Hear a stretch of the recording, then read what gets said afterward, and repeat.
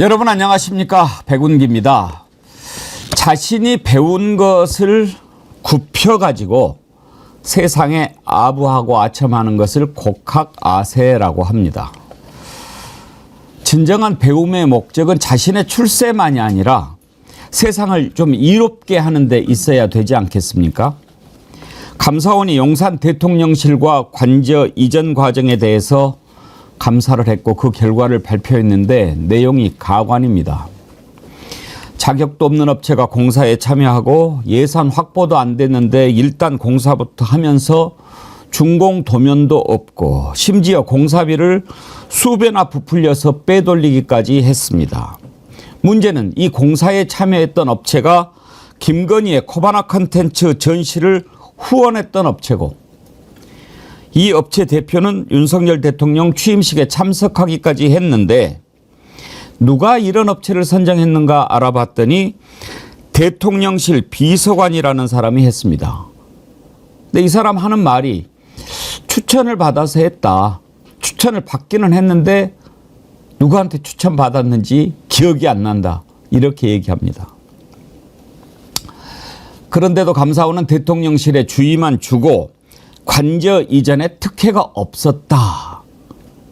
이렇게 발표를 합니다. 세상에 이런 걸 국민들한테 믿으라고 합니까? 이렇게 권력을 비틀어서 아부하는 거, 이거는 곡학아세에 빗대어서 이야기한다면 곡권아세라고 해야 될까요? 아니 누구한테 아부하는 겁니까? 김건희한테 아부하는 거죠. 곡권아희입니다. 부끄럽지 않습니까? 내가 부끄러운데. 생방송 백운기의 정치 1번지 출발합니다. 예, 오늘 함께 하실 두 분 패널 소개합니다. 김유정 전 의원님, 김종욱 전 청와대 행정관님, 네. 민주연구원 부원장님 나오셨습니다. 어서 오십시오. 안녕하세요. 이제 오늘 끝나면 추석 연휴인데 김유정 의원님 표정이 별로 안 밝아요. 아니요, 밝습니다. 밝아요.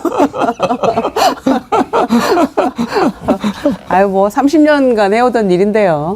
가서 또 해야죠. 이번에 전 부치는 일이 또 항상 추석 때 큰 일인데 네. 이번에 생선전은 빼시죠. 네, 다들 생선가시 걸리면 큰일이라고 네. 생선도 어르신들 조심하라고 막 그러더라고요. 생선전은 빼시고 버섯전 같은 거, 네. 뭐 이런 거 있잖아요. 잘 해보겠습니다. 형님과 의논해서. 김정욱 원장님은 추석 계획이 어떻게 되십니까? 안 움직이려고요. 아하, 최고의 계획인데요. 와. 다치지 말라고 하고. 부러워요. 근데 제가 볼 때 진짜 이건 저희가 지금 건강하니까 상관없습니다만 몸이 아프신 분들한테는 이번 명절은 진짜 고통스러운 나날일 것 같아요. 그러니까 음식 하나 먹는 것도 걱정하실 거 아니에요. 이 음식 잘못 탈이 나면 어떡하나 생각하실 것 같고. 그래서 코로나 때는 명절에도 그 아프신 부모님이 계시면 요양시설 못 들어가서 못 뵀었는데 이번에 그냥 삶 자체 먹는 것, 걷는 것 이런 것 자체가 문제가 되는 세상이니까 참 그래도 추석이니까 가족 친지분들과 즐겁게 보내셔야겠죠. 어제 안철수 의원하고 인터뷰를 했는데 안철수 의원이 의사잖아요. 그래서 이제 의료 대란 관련해서 인터뷰를 하면서 이번 추석 때 아프면 어떻게 해야 됩니까? 하고 물어봤더니 아프지 말아야죠. 네. 그 얘기를 듣는 순간 막 그 엄청 눈물이 나더라고요. 어쩌다 이렇게 됐나. 그리고 더 화나는 건 원래는 자기 본인 응급실에 본인 부담금이 한 50% 정도였는데 90%로 올린다는 거 아닙니까? 본인 부담금. 그러니까 돈 없는 분들은 명절 때 응급실 가고 싶어도 돈 때문에 못 갈 수 있는 상황이 벌어지고 있는 거니까 참 더 답답하고 난감합니다, 진짜. 예.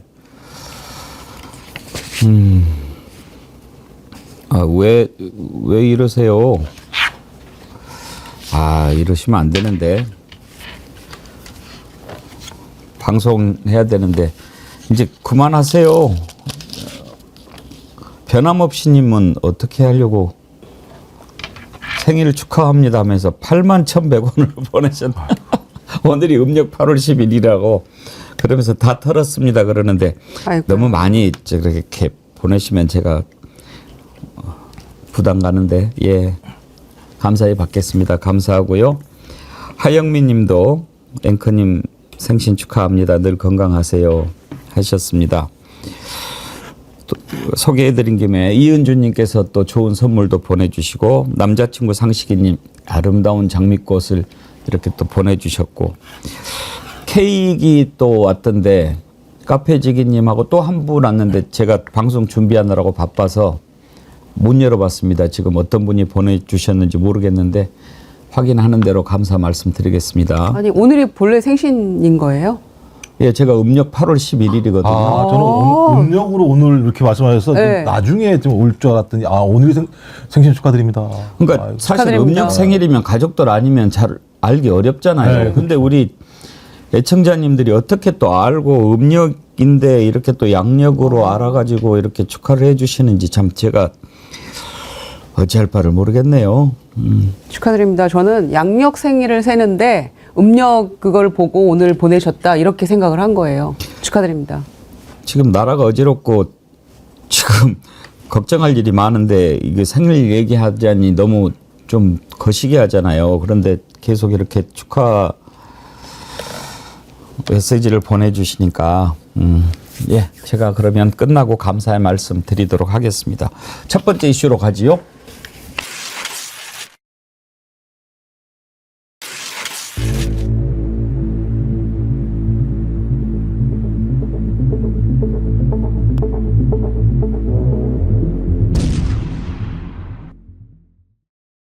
김유정 의원님, 감사원이 대통령실과 관저 이전 감사 결과를 발표했는데 처음에 이렇게 그러니까 정말 그 방송사 잘 골라서 봐야 되겠어요. 어떤 그 뭐라고 이제 구체적으로는 얘기를 안 하겠습니다만 거기만 보면 야, 감사원이 대통령실 관저하고 대통령실과 관저 이전 감사를 했네. 아이고 뭐 감사원이 정신 차렸나 봐. 그러면서 막 이런 것도 저런 것도 밝혀냈네. 보도한 거 보면 그렇게만 보이더라고요. 근데 그게 들어가 보면 얼마나 개감사를 했는지 알 수 있잖아요. 썩은 감사. 썩은 감사죠, 정말. 썩은 감사라고 할 수 있고. 정말 감사원 저거 어떻게 해버리고 싶어요. 그 사무총장 있을 때부터도 저희 아주 복장 터지게 하는 기관 아니었습니까? 근데 감사원 하면 진짜 과거에는 그 꼿꼿한 감사원장, 그 과거에 이해창 감사원장 시절만 해도 굉장히 감사원에 대한 국민의 어떤 평가가 높았었죠. 그랬는데 완전히 무너져 버렸고요. 이게 감사원이 뭐 본인들이 대통령실을 감사하고 싶어서 한 건가요? 이건 진짜 문제가 있으니까 우리가 꼭 펴봐야 되겠다. 이렇게 해서 한 감사가 아니잖아요. 2022년 10월에 참여연대가 국민감사 청구를 한 거 아닙니까? 이거 관저 이전하고 대통령실 이전하면서 이거 뭔가 비리가 있고 특혜가 있으니 이거 좀 잘 파달라라고 감사원에 청구를 한 건데 미루고 7번이나 미루고 하다가 1년 8개월 만에 지금 이거를 발표를 한 거예요. 그동안에 1년 8개월이 지나는 동안 감사원이 현장에 한 번도 안 갔어요. 예. 마치 국민권익위가 명품백 조사할 때 건네준 최재형 목사를 단 한 번도 부르지 않은 것과 똑같은 겁니다. 이거는. 그런 엉터리 감사를 해놓고 불법인데 그냥 주의만 해. 앞으로는 그러지 마. 다시 그러면 안 돼. 이렇게 한 겁니다. 그러니까 청와대가 구중궁궐이고 이거 문제가 있다. 그리고 공간이 의식을 지배하니까 옮겨야 돼. 반드시 옮겨야 돼. 라고 옮겨갔잖아요. 그런데 결과적으로는 불법과 비리가 판치는 그곳에 살면서 먹고 자고 하고 있는 거 아닙니까? 어떤 의식이 거기서 발로될 수 있는 거죠? 그러니까 완전 썩은 감사를 한 거 아닙니까? 그런데도 그 썩은 감사를 통해서 드러난 썩은 부분만 해도 한가마니가 넘어요. 그러니까요. 근데 뭐 제가 볼 때는 썩은 감사가 아니라 충성의 감사를 한 거죠. 말씀하신 것처럼 오죽하면 7번이나 연장을 했겠습니까? 뭔가 만들어내야 돼. 내용물을 보면 말씀하신 것처럼 이거 완전히 불법 투성이들인데 불법 투성이라고 얘기하면 감사원 작살나니까 7번이나 연장을 했다가 말씀하신 것처럼 뭐 큰 문제는 없다라고 얘기를 하면서 끝난 건데요. 저는 감사원 진짜 고생했겠다는 생각이 드는 게 뭐냐면 이 일과장이 하는 얘기가 참 재밌어요. 실제 공사 내역을 정확히 반영하는 준공 도면 등을 제출받지 않아 법령상 절차에 따른 준공 검사가 가능하지 않게 되는 등, 그러니까 법령을 위반했다는 얘기거든요. 근데 결론은 관련 업무를 소홀히 하였다고 판단됩니다. 뭐 앞뒤가 안 맞는 얘기를 해. 법령을 어기게 되는데 소홀하게 일을 했으니까 별 문제가 없다라는 식으로 그냥 넘어가는 거거든요. 그러니까 제가 볼 때 이건 그냥 온통 다 위법투성인데 위법투성이를 넘어가기 위한 유일한 방안은 야, 왜 이렇게 소홀하게 했냐, 좀 잘하지, 이런 얘기밖에 안 되기 때문에 저는 검찰이나 감사원이나 경찰이나 다 마찬가지인데 이 문제를 풀어주기 위해서 황제 수사, 그다음에 핸드폰 뺏긴 수사를 했던 검찰과 마찬가지로 이렇게 뒷구멍을 열어주기 위해서 감사원은 감사를 한 게 아니라 어떻게 도망갈 구멍을 만들까를 1년 8개월 동안 준비한 거라고 보여지지 않기 때문에, 그러니까 결론은 다 그거예요. 특검 외에는 방법이 없다, 이놈의 정부에서는. 그런데도 지금 김건희 특검법 추석 전에 통과시켜가지고 해보려고 했는데 우원식 국회의장이 뭐 다른 게 급하다고 지금 상정을 안 해줬지 않습니까? 그래서 민주당, 조국신당 완전히 지금 반발하고 있는데 그 내용은 조금 있다가 다뤄보기로 하고, 현재 개감사를 통해서 드러난 것만 해도 한두 가지가 아니었는데 하나하나 보지요. 어떤 데가 이런 공사를 했는가 하고 봤더니 인테리어 전문회사 21g이라고 하는데요. 근데 김유정 의원님, 네. 여기가 어떤 데입니까? 김건희 코바나 콘텐츠 전시회 후원. 공사했던 데죠. 전시의 후원 업체이기도 합니다. 예. 그래서 이게 이제 수의 계약을 한 거잖아요. 그런데 이 김건희 여사하고 관계는 못 밝혔다, 정확하게 모른다, 그리고 인수위가 이걸 이렇게 이 회사를 추천한 거다라고 감사원에서 뭉뚱그려 버렸어요. 그래서 이 업체에 전화를 건 사람이 누군가라고 보니까 인수위 시절에 비서관이 있었습니다. 그 비서관이 업체에 전화를 걸었다는 거예요. 그래서 이 비서관에게 감사원에서 조사를 해보니까 누가 자기에게 지시를 했는지는 정확히 기억이 나지 않는다, 이렇게 답을 했어요. 그러니까 감사원에서는 이 전화 걸고 업체를 흥정하는 데 관여한 사람을 인수위라고 뭉뚱그려서 얘기를 해버린 겁니다. 그러니까 김건희 여사는 빠져나간 거죠. 그러니까 이런 식으로 감사를 한 겁니다. 감사원에서 뭐 하나만 해도. 그러니까 이 사람이 자기가 누구한테 지시를 받아서 하필이면 제주도에 있는 21g이라는 업체에, 그것도 코바나 콘텐츠를 후원했던 그 업체, 명백히 김건희 여사랑 관련이 있는 그 업체에 본인이 누구한테 그 지시를 받았는지도 모르는 새로 그냥 전화를 걸었다고요? 이걸 믿으라는 겁니까? 그리고 감사원이 이 정도로 답변하는 거에서 이렇게 넘어간 적이 있었나요, 과거에? 도대체 감사를 했다고 말할 수도 없는 부끄러운 결과물을 내놓고 불법이 판쳤지만 한마디로 앞으로는 조심해, 앞으로 잘해야 돼 너네, 이렇게 얘기한 겁니다 지금. 그러니까 김건희 백으로 들어왔을 거다. 이것은 감사원에서 청소하는 사람도 알 겁니다. 그런데 평생 감사만 했던 감사원에서 이걸 해놓고 특혜 외압이 없었다라고 발표를 해요? 애끼 자식들아. 참나. 오늘 정말 추석 앞두고 좀 편하게 가려고 그랬더니 놀라게 해서 죄송합니다. 근데 이때 그 정말. 일을 주관했던 관리 비서관 이름이 뭐죠? 뭐 김지우인가? 예. 뭐라고 이야기를 하냐면 그때 추천을 받았다는 거예요. 그럼 누가 추천했냐? 기억이 안 난대요. 정확히 기억이 안 난다는 거죠. 야, 그러니까 대단한 거죠. 그것도 기억을 못할 정도면 엄청나게 업무가 많은가 봐요. 그 대통령실이나 이쪽에 인수위 때도 보면. 그러니까 이게 제가 볼 때는 다 말이 안 되는 게, 말씀하신 것처럼 21g이라는 데는 이 일을 할 수가 없잖아요. 그 면허가 없는. 그러니까 보면 소위 전문적인 자기에 있는 인테리어밖에 할 수 없는 건데 증축 같은 걸 다 했잖아요. 그러니까 제가 볼 때 완전히 월권이 된 건데 이 더 명확한 건 행정안전부에서 이 당시 이 공사 때문에 감독을 위해서 비서실로 파견한 공무원이 이 내용을 다 설명을 한 거잖아요. 감사원에다가. 내용이 어떤 거냐. 2025년 5월 중순 확인한 도면에 증축부가 그려져 있어서 실내 건축 건축 공사업만으로는 공사를 할 수 없다고 얘기했다가 21g은 이 공사 할 수 없어.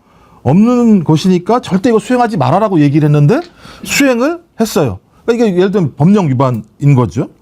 그다음에 두 번째도 마찬가지입니다만 전문 공사업체가 이미 수행한 공사를 나중에 들어온 종합건설사는 이거 할 수 있는 건데 근데 보니까 아까 얘기했던 제주도 건설사를 얘기하는 건데 이것도 보니까는 여기에 있는 사람이 아무도 안 왔어요. 여기에 공사하는 현장에.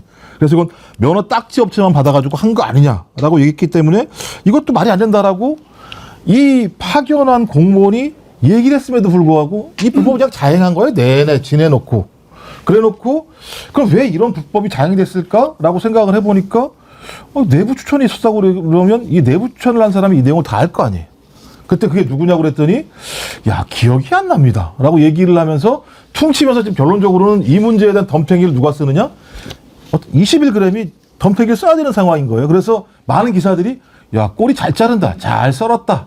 그러니까 지금 내부 추천자는 기억이 안 나니까 알 수 없고 근데 말씀하신 것처럼 대통령실에서 청소하는 분도 그게 누굴 거라고 알았다고 말씀하신 것처럼 그 지금 말씀하시는 게 대통령 부인 말씀하시는 거죠?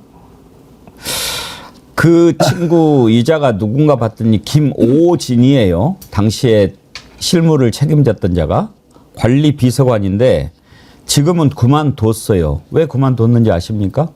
그 차관하지 않았었습니까? 공항공사. 인천공항공사에 네. 사장에 응모를 했어요. 아, 네, 예. 맞아요. 말이 응모지 사실상 내정된 거죠. 그렇겠죠.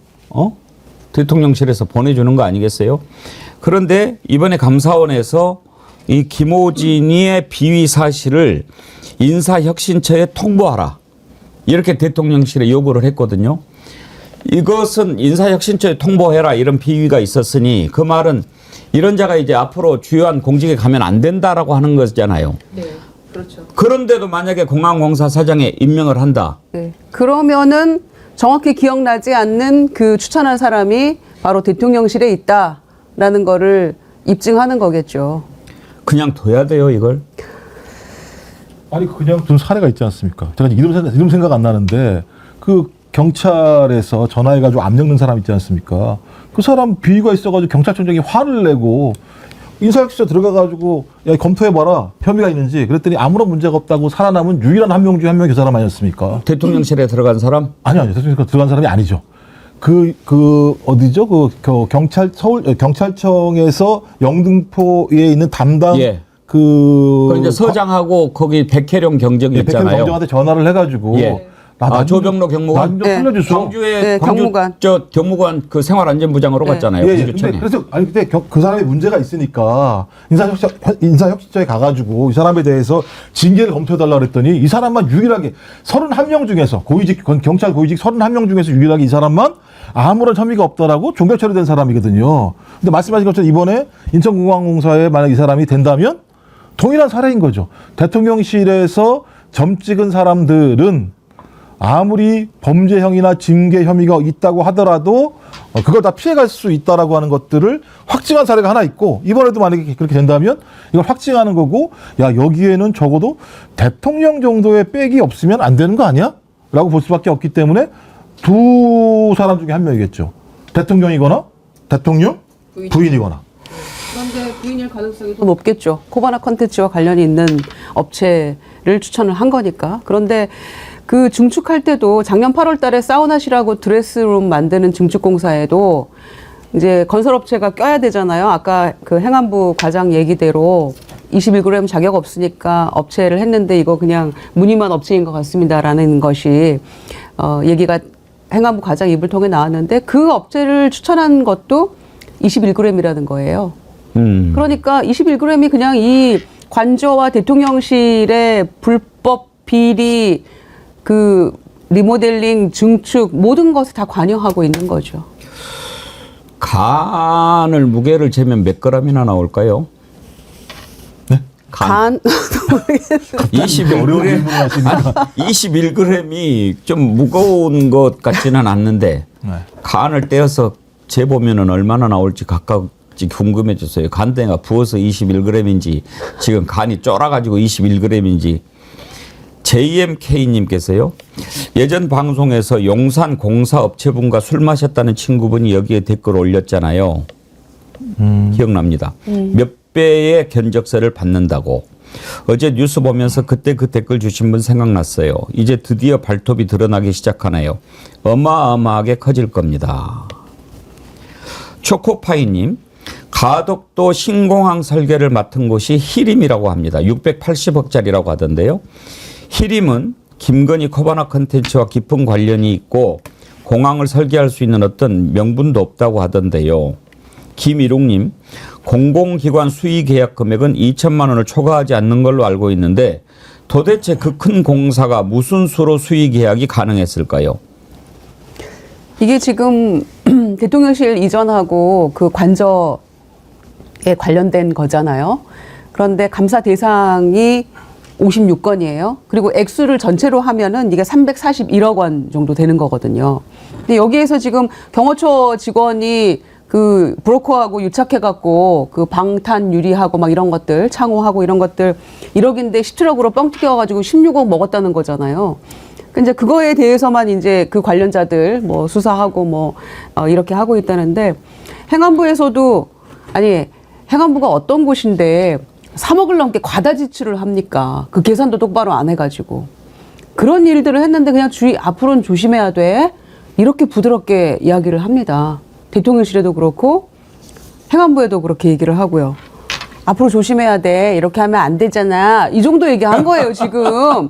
야, 이거 불법이고, 이거 비리가 넘치고, 이거 수의계약도 이거 이상하긴 한데, 앞으로는 조심해야 돼. 이렇게 얘기한 거예요, 감사원이. 아니, 여기 이제 요술방망이가 하나 있죠. 보안시설이라는 요술방망이가 하나 있습니다. 아, 정말. 보안시설이니까는 수의계약이 가능하다는 거잖아요. 액수와 무관하게. 근데 문제는 이런 보안시설이면 이런 보안시설을 만들 수 있는 업체한테 맡기는 게 상식적이잖아요. 그럼요. 아니 이걸 할 수 없는 업체한테 보안시설이라는 이유만으로 맡겨서 여기서 온갖 불법 위법들이 발생했다 그러면 그걸 맡기었던 사람이 누구인가라고 쭉 추적해 보니까는 내부 추천이라고 하는 거. 그러면 감사원이 뭘 찾아야 됩니까? 내부 추천자가 누구야? 적어도 이런 데를 추천했을 때는 추천을 통해서 얻을 이익이 있으니까 추천했을 거 아니에요. 아니 자기랑 되게 가깝거나 이걸 안 밝히면서 그러니까 기억의 영역으로 남겨둬 버리면서 소위 이 사업은 아무런 문제가 없다. 이유는 보안시설이니까라고 얘기하는 감사원. 제가 볼 때는 감사원에 있는 사람들은 다 정신머리가 이상한 사람들입니까? 그러니까 진짜 국회에서 맨날 얘기하는 정신 나간 사람들입니까? 어떻게 보안시설에다가 이렇게 예를 들면 소위 권한도 없는 업체한테 맡기는 걸 내버려 두고 넘어갑니까? 두 분 다 청와대에 계셔봤으니까 한번 여쭤볼게요. 권력이 제일 힘이 셀 때가 언제였던 것 같습니까?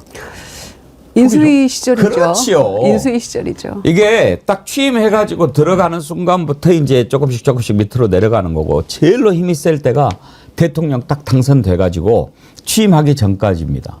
왜? 그때는 세상이 다 그 사람 거고 그때부터 자 인사가 있지 않습니까? 누구를 쓰냐? 이게 제일 큰 힘이니까 그때가 제일 파워가 센 때예요. 윤석열이 용산으로 이전하겠다라고 밝힌 게 취임하기 전이잖아요. 그렇죠. 3월이에요, 3월. 그때 뭐 공간이 의식을 지배한다 뭐 이런 뭐 개소리를 해가지고 그쪽으로 이제 옮기게 하지 않습니까? 그러다 보니 이제 가장 힘이 셀 때 그렇게 하는데 그때도 이미 촉이 있는 사람들은 알았을 거예요. 윤석열보다 더 높은 사람이 누구라고 하는 것을. 그러면 야 시작해. 그래서 아직 예산 확보 안 됐는데요. 아, 예, 알았습니다.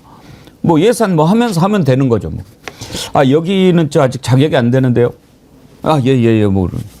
아, 이거 저 가격이 이렇게 그냥 알아서 했을 거라고요. 그러다 보니까 지금 예산 확보도 안 했는데 공사를 시작해.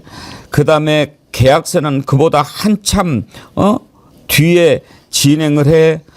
18개 이상 업체에 하도급을 줬는데 21g이 그 가운데 15개가 등록이 안 된 무자격 업체예요. 네.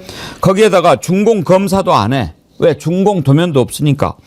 이렇게 공사를 했는데 감사원이라고 하는 데가 그런 거 감사해놓고 특혜 외압이 없었다라고 발표하면 이게 말이 됩니까? 그리고 저는 지금 오늘 제가 언젠가 들은 기억이 나는데 우리 애청자님들 실력이 대단하시니까 바로 21g 올려주시네. 이게 영혼의 무게랍니다. 21g이. 김유정 의원님도 모르는 거 있었어요? 몰랐네요. 저는 한번 들어본 그래요. 적이 있어요. 영혼의 무게가 영혼의 있군요. 무게를 뭐 21g. jes는데 21g이다. 7g만 알았네. 이거 21g은 가짜 뉴스입니다. 선동입니다. 아니 이게 이제 그런 학설이 있어요. 왜냐하면 영혼이 있을까? 영혼이 있다면 그 무게는 얼마일까? 이걸 이제 연구 실험을 한 거예요. 가지고 진짜 시간 저는 이제 한덕수 총리를 빙의해서 말씀을 드린 거예요. 지금까지 예를 들면 이렇게 너무 이렇게 진지하게 다가오시니까 제가 예능을 다큐로 받았거든요. 다큐로 받으셨네요. 아, 근데 이제 21g 얘기를 하려고 제가 지금 영혼의 무게가 21g이라고 이제 하니까 21g이라고 회사 이름을 지은 것 같은데 그것도 수상하다라고 생각해서 지금 말씀을 드리는 건데 아까 다시 돌아가서 그 연구 실험을 해봤는데 사람이 이제 숨이 멎었어요. 네. 그 이제 우리가 사랑과 영혼 같은 거 보면 이렇게 싹 올라가잖아요. 그렇죠. 근데 사람이 숨이 멎어서 이제 사망 상태에 들어갔는데 그 사망 상태에 들어간 이후로도 체중의 변화가 있는가? 이걸 아주 정밀하게 계량을 한 거죠. 21g이 빠졌다는 거지. 그래서 영혼의 무게가 21g이다. 라고 했던 것을 들은 것 같아요. 네. 근데 21g 영혼의 무게 영혼 세상 영적 세상 뭔가 또 이런 게 좀 떠오르지 않나요? 대단하십니다. 그걸 연결하시다니. 그거 말씀하시는 건 주술의 영이요. 네. 예. 그렇죠? 껄쩍지근하고 찝찝하고 그럼 그러네요. 그 회사를 또 그분이 만든 거 아닐까 맨 처음에? 아, 그런 생각도 들어요. 그죠? 예.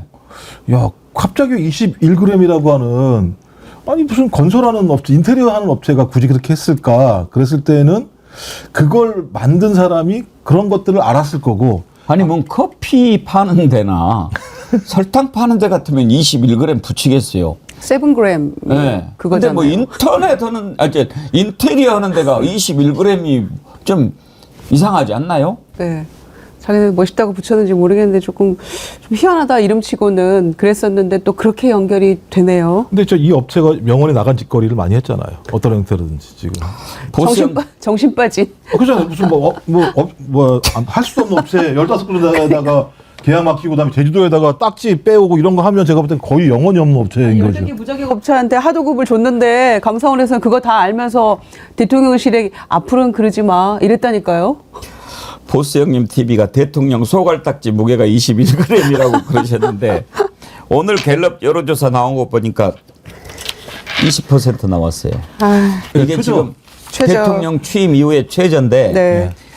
이게 아마 10% 이하로 떨어졌을 건데 아마 너무 충격 받으실까 봐 마사지한 게 아닌가 그런 생각도 드는데요. 20%도 참 대단해요. 어떻게 20%가 나올 수 있을까요? 근데 사실상 플러스 마이너스라는 오차 범위를 따지면 7%까지도 볼 수 있는 상황으로 저희가 예견할 수 있는 건데 문제는 일단 세대별로도 마찬가지인데요. 이제 싹 정리가 되는 분위기예요. 이 긍정평가나 부정평가 같은 경우가 그래도 70대 같은 경우는 지금까지 꾸준히 예를 들면 나름대로 대통령에 대해서 긍정적인 평가들을 많이 했었는데 이번에도 보니까 70대 이상도 37대 68 정도로 부정이 월등히 예를 들면 올라간 측면들이 분명히 있고요. 지금 갤럽 여론조사 보니까 긍정이 20, 부정이 70이잖아요. 네. 이거 긍정 20은 취임 후의 최저치, 네네. 부정률 70은 취임 후 최고치예요. 네. 그러네요.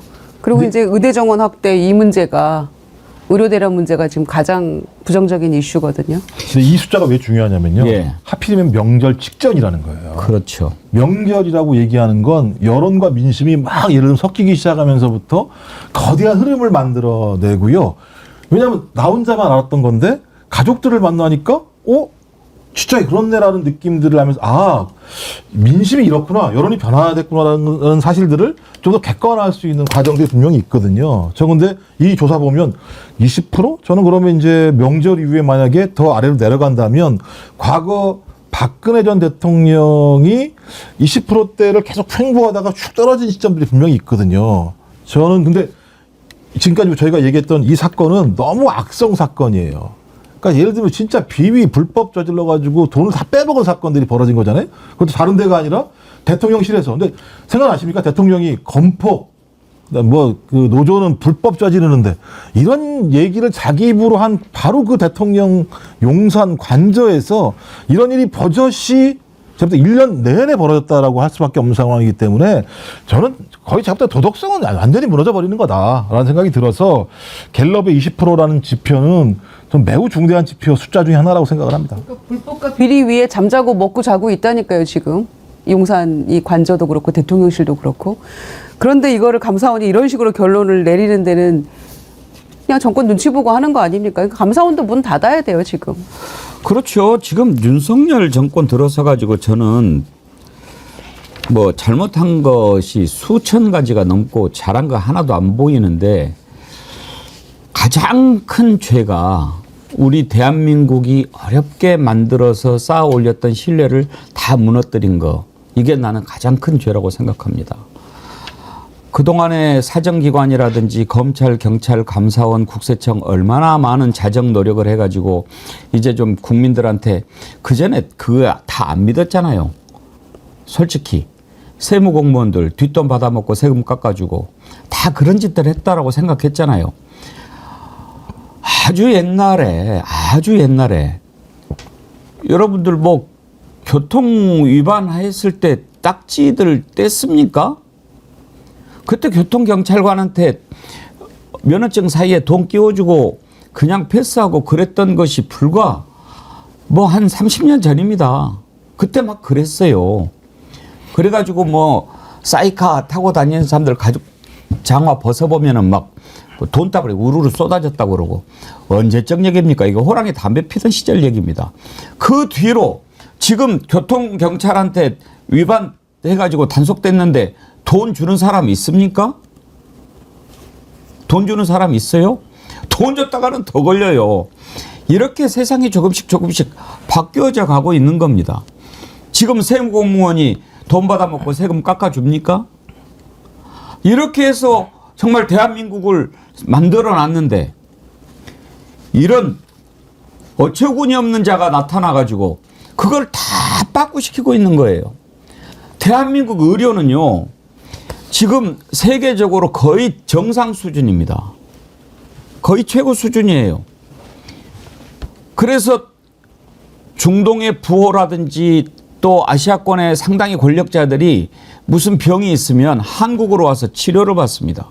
실력을 인정받고 친절하고 서비스가 잘 돼 있고 시설도 좋고.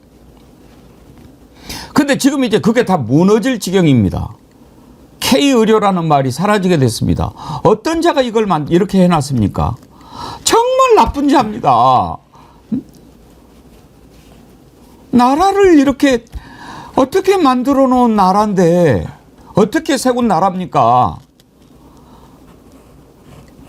아니지 않습니까?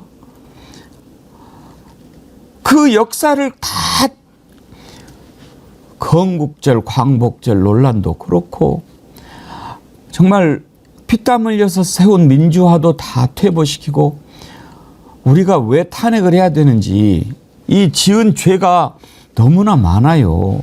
너무나 많아요. 말이 안 되는 짓을 하고 있어요. 정말 엔간해야죠. 제가 그 최재성 전 정무수석이 예. 방송에서 한 얘기가 이제 건성 이런 얘기를 했어요. 건의는 성역이야, 건의는 성역이야 이렇게 얘기를 했었거든요. 근데 보면 2022년 4월 달에 소위 이 대통령실 이전이라고 하는 게 얼마나 중대한 사회적 문제였었습니까? 2년 6개월도 안 된 상황인데요, 보면. 근데 여기에서 관저 공사를 하는데 소위 이것을 주관했던 용산의 비서관이라는 사람이 기억이 안 납니다라고 얘기를 하잖아요. 기억이 안 난다고 얘기하는 건 이것을 토설하는 순간 자기의 미래가 없다라고 얘기하는 건 마찬가지인데 저는 딱 이거 보면서 이종섭 전 장관 말이 생각나요. 800, 7070 누구랑 전화했냐 했더니 그건 말할 수 없습니다. 그러니까 어느 순간부터 대한민국의 성역이 정확히 존재하는 거고 이 성역과 연관돼서 어떤 일이 발생하면 매우 위법적이고 불법적이며 국민들이 분노할 일만 벌어지고 있는 상황인데 이걸 똘똘 뭉쳐서 권력자들이 특히 검찰, 경찰, 감사원 같은 공권력 기관들이 이걸 지켜주려고 하고 있는 상황이거든요. 제가 볼 때 이러면 공권력이 남용되는 것이고 소위 이 국민들을 억압할 수밖에 없는 시스템으로 갈 수밖에 없는 상황이에요. 정서 말씀하신 것처럼 이건 단박에 깨야 된다. 이걸 무슨 예를 들면 하나하나 절차를 밟아서 나갈 수가 없다. 그래서 20%라고 하는 갤럽의 여론조사의 지지율은 매우 중대한 한계가 있다라고 하는 건 단지 그냥 지지율이 낮았다 이런 문제가 아니라 국민들의 분노가 이제 하늘을 찔러서 어떤 형태로든지 행동으로 옮기기 직전이라는 생각이 들거든요. 저는 근데 이제 저 집단들은 반성할 줄 모르기 때문에 사과할 줄 모르기 때문에 저는 아마 이제부터는 전면전으로 가는 상황으로 서서히 지금 진입하고 있다는 생각이 듭니다. 이렇게 예산도 확보 안 돼 있는데도 야, 하라면 해. 이렇게 하다 보니까 어떻게 했겠어요? 저그들 마음대로 해버리는 거죠. 지금 아까 태극당님께서 그렇게 많이 빼돌렸는데 뇌물로는 안 갚겠습니까? 그런데 그럼요. 이번에 감사원이 밝힌 겁니다. 그 개감사를 해놔가지고 뭐를 밝혔냐면 대통령실이니까 이제 경호시설을 하지 않습니까? 아주 중요하잖아요. 그 유리창이나 뭐 이런 창호도 방탄으로 설치를 해야 되는 거예요. 근데 방탄 창호 같은 경우에는 일반 회사들이 하기 힘들잖아요. 일반 유리하고 다를 거니까. 방탄차는 얼마인지 여러분 아십니까? 잘 모르잖아요. 그러니까 이건 모를 거야. 해가지고 방탄창호 공사비로 20억 4천만 원을 딱 받아간 거예요. 그런데 이거를 조사를 해보니까 4억도 안 돼. 그러니까 15억 7천만 원을 거기서 빼돌린 거예요. 호호호. 야, 이 자식들아. 해 먹어도 앵간히 해야지. 한 2배나 받아 먹으면 그런가 보다 하는데 그걸 아니 김유정 의원님 어떻게 5억도 안 되는 거를 20억을 해가지고 15억을 빼먹습니까? 이거 이렇게 해가지고 혼자 먹었을까요? 그런데 중요한 건 여기에 경호처 간부가 개입이 됐다는 거 아닙니까? 예. 대통령과 대통령 가족에 대한 이 경호를 목숨보다도 본인 목숨 바꿔서라도 지켜야 된다고 하는, 그래서 매일 아침에 잘 정갈하게 씻고 나온다. 오늘 무슨 일이 있을지 몰라도 제가 옛날 경호처 직원으로 들은 얘기거든요. 그런데 이 간부는 그 브로커하고 유착을 해가지고 이런 일을 저질렀다는 거 아닙니까? 그러니 지금 드러난 것만 해도 참여연대에서 국민감사 청구를 해서 거의 2년 가까이 미뤘다가 지금 드러난 게 이 정도인데 우리 국정 전반에 걸쳐서 봤을 때 곳곳에 이런 일이 없을까요? 그리고 그냥 몰랐다고 뭉뚱그리고 지나가 버리는 거잖아요. 아니 그 인수위 비서관이 정확히 기억이 안 납니다라고 하면 아 기억이 안 나는구나. 그러니까 전화하고 업체를 그 섭외한 주체는 인수위라고 감사원이 친절하게 적시를 했어요. 어떻게 하루아침에 이렇게 변하죠? 이렇게 나라가 폭망해도 되는 겁니까? 아마 이랬을 수도 있어요. 저는 이 15억 받아 먹어가지고 그 경호처에 있는 그자가 혼자 먹었을까라고는 생각이 안 되고 이것도 이제 조사를 해보면 어디까지 흘러 들어갔는지 알 수 있을 겁니다만은 일단 받아 처먹었다면 그런 건 있을 거예요. 그때가 제일로 해먹기 좋은 때예요. 막 야 그냥 해라고 해 그러면은 그래 뭐 나도 뭐 내가 뭐 아냐라고 하면서 이때 한몫 챙기자 이랬을 수도 있을 거예요. 아니 말씀하신 간땡이가 부었지 5배를 튕겨서 먹으려고 하는 생각을 할 수가 있나요? 그러니까 또 예를 들면 일반인이든 브로커들끼리는 이해가 되는데 경호처 간부라는 사람이 왜 또 브로커를 거쳐가지고 업체를 선정한지 모르겠는데 그 브로커라는 사람은 또 자기 부인 명의로 해서 15억 7천만 원을 해 처먹는 일이 벌어졌습니다.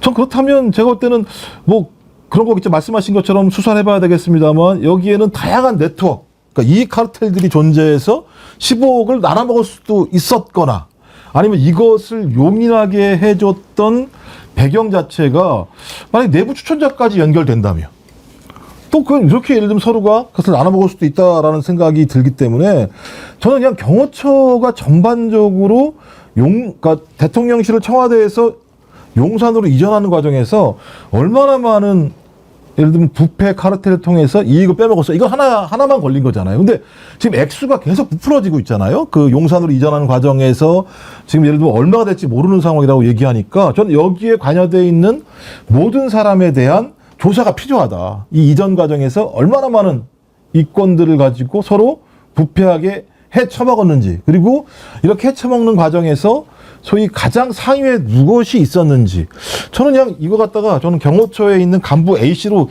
퉁치려고 할 수도 있겠다. 근데 저는 이거밖에 없었을까? 저는 그럴 거라고 생각이 들지 않아요. 믿어지지가 않아요. 그런 부분에 대해서.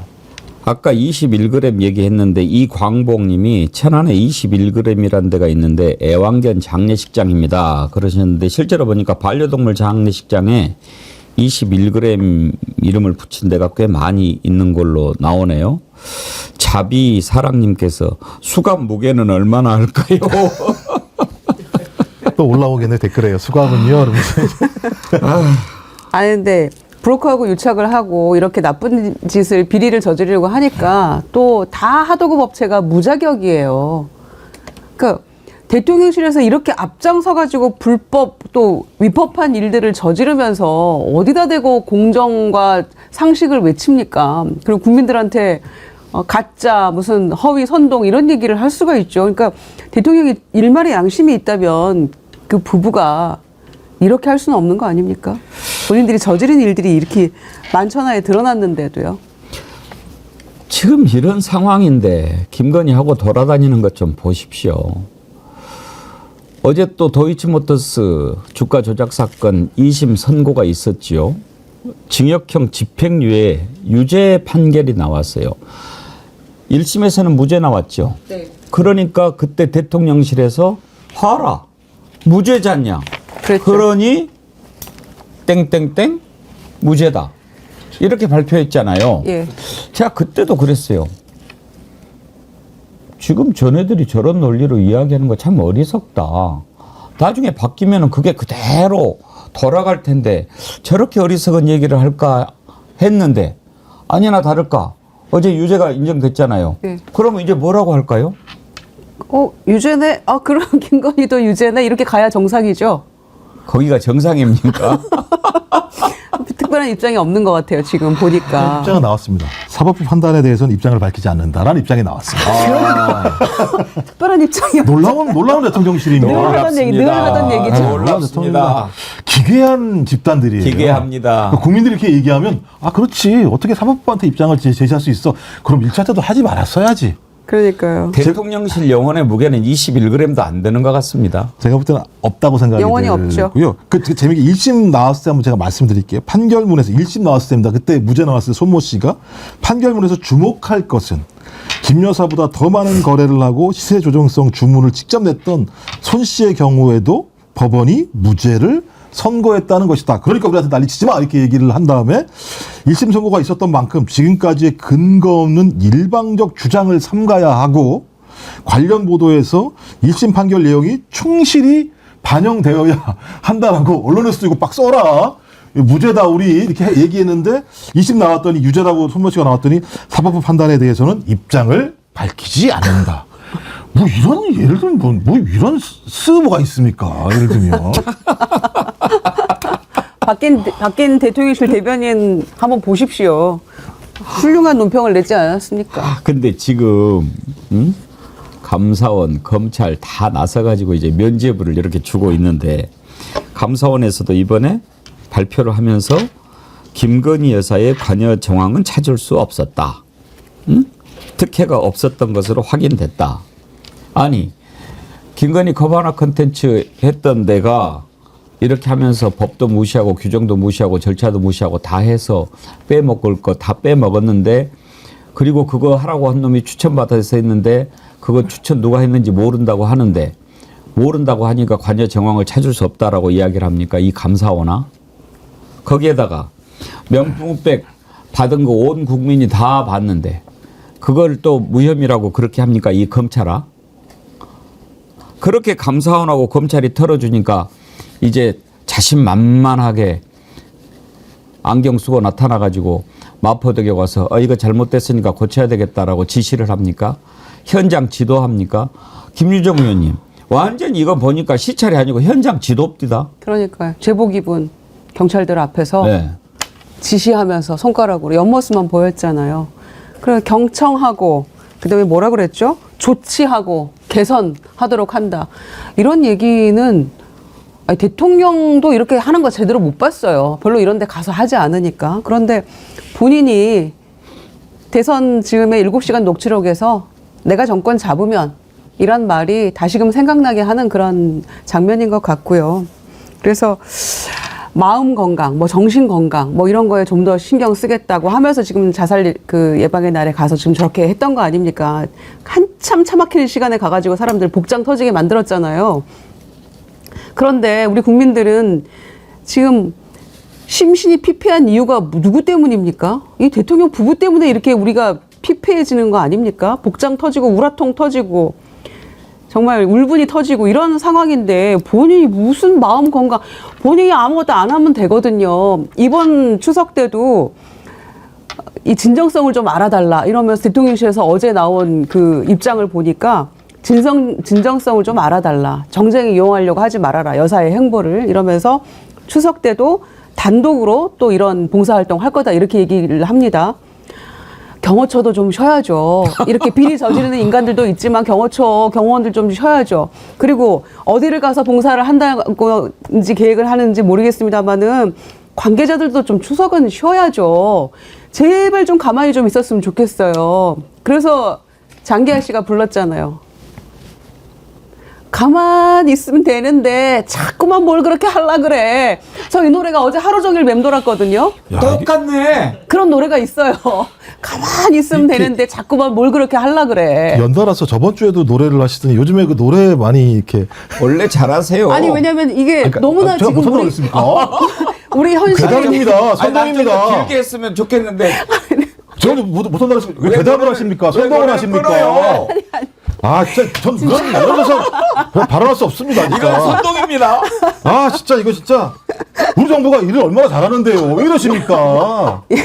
반국가 세력 됐어요 우리. 아 진짜 제발 가만히 있었으면 좋겠어요. 김정국 원장님 반정어리 세력입니다. 드디어 잘리는군요. 아니 근데 방금 장기하 목소리하고 거의 똑같지 않았어요? 네, 한 줄만 더 해줘요.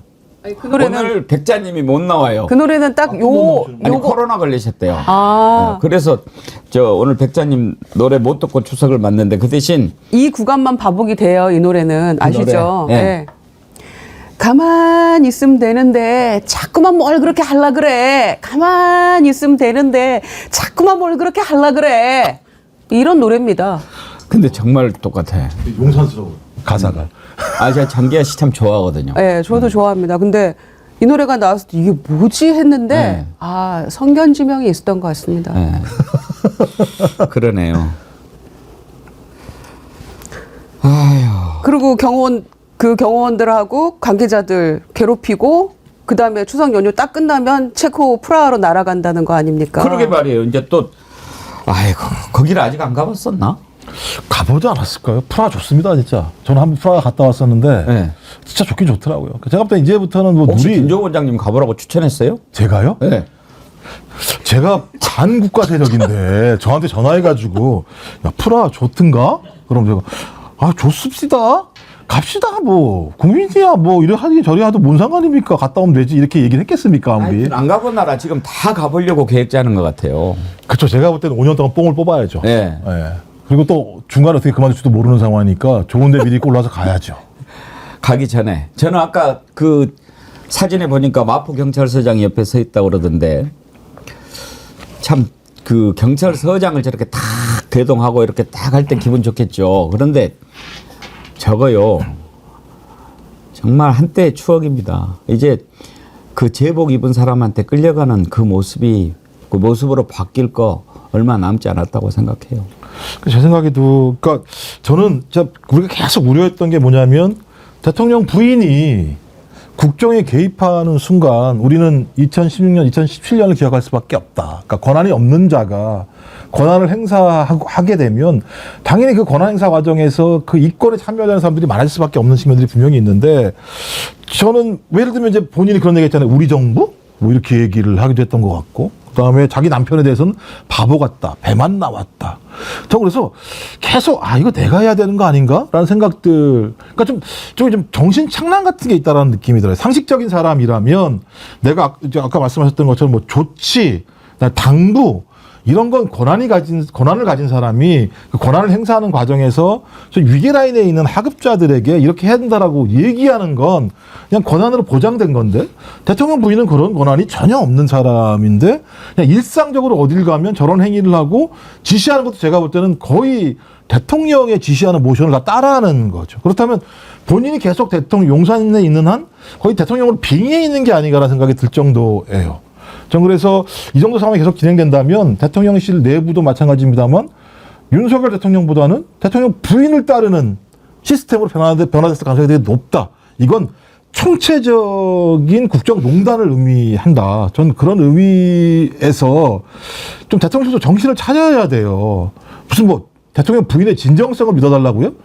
어떻게 그런 얘기를 할 수가 있습니까? 국민이 이렇게 분노를 하면 분노한 국민의 요구를 받아 안아서 시정하려고 하는 조치가 사실인 거죠. 그래서 저는 마찬가지입니다만 저는 김건희 씨가 이제 자기의 사법 리스크를 벗어났다고 생각을 하는 것 같고요. 앞으로 더 이렇게 활개를 칠 거라는 생각이 드는데 저는 매우 앞으로 심각한 상황으로 국민과 싸울 수밖에 없을 거라 생각을 합니다. 박가이버님이 확 들어서 마포대교 밑으로 던져버리고 싶은데 한강 수질이 후쿠시마 오염수 될까 봐 참는다. 징글징글합니다. 옛날에 그런 우스갯소리가 있었어요. 국회의원하고 일반인하고 한강에 빠졌다. 누구부터 구해야 됩니까?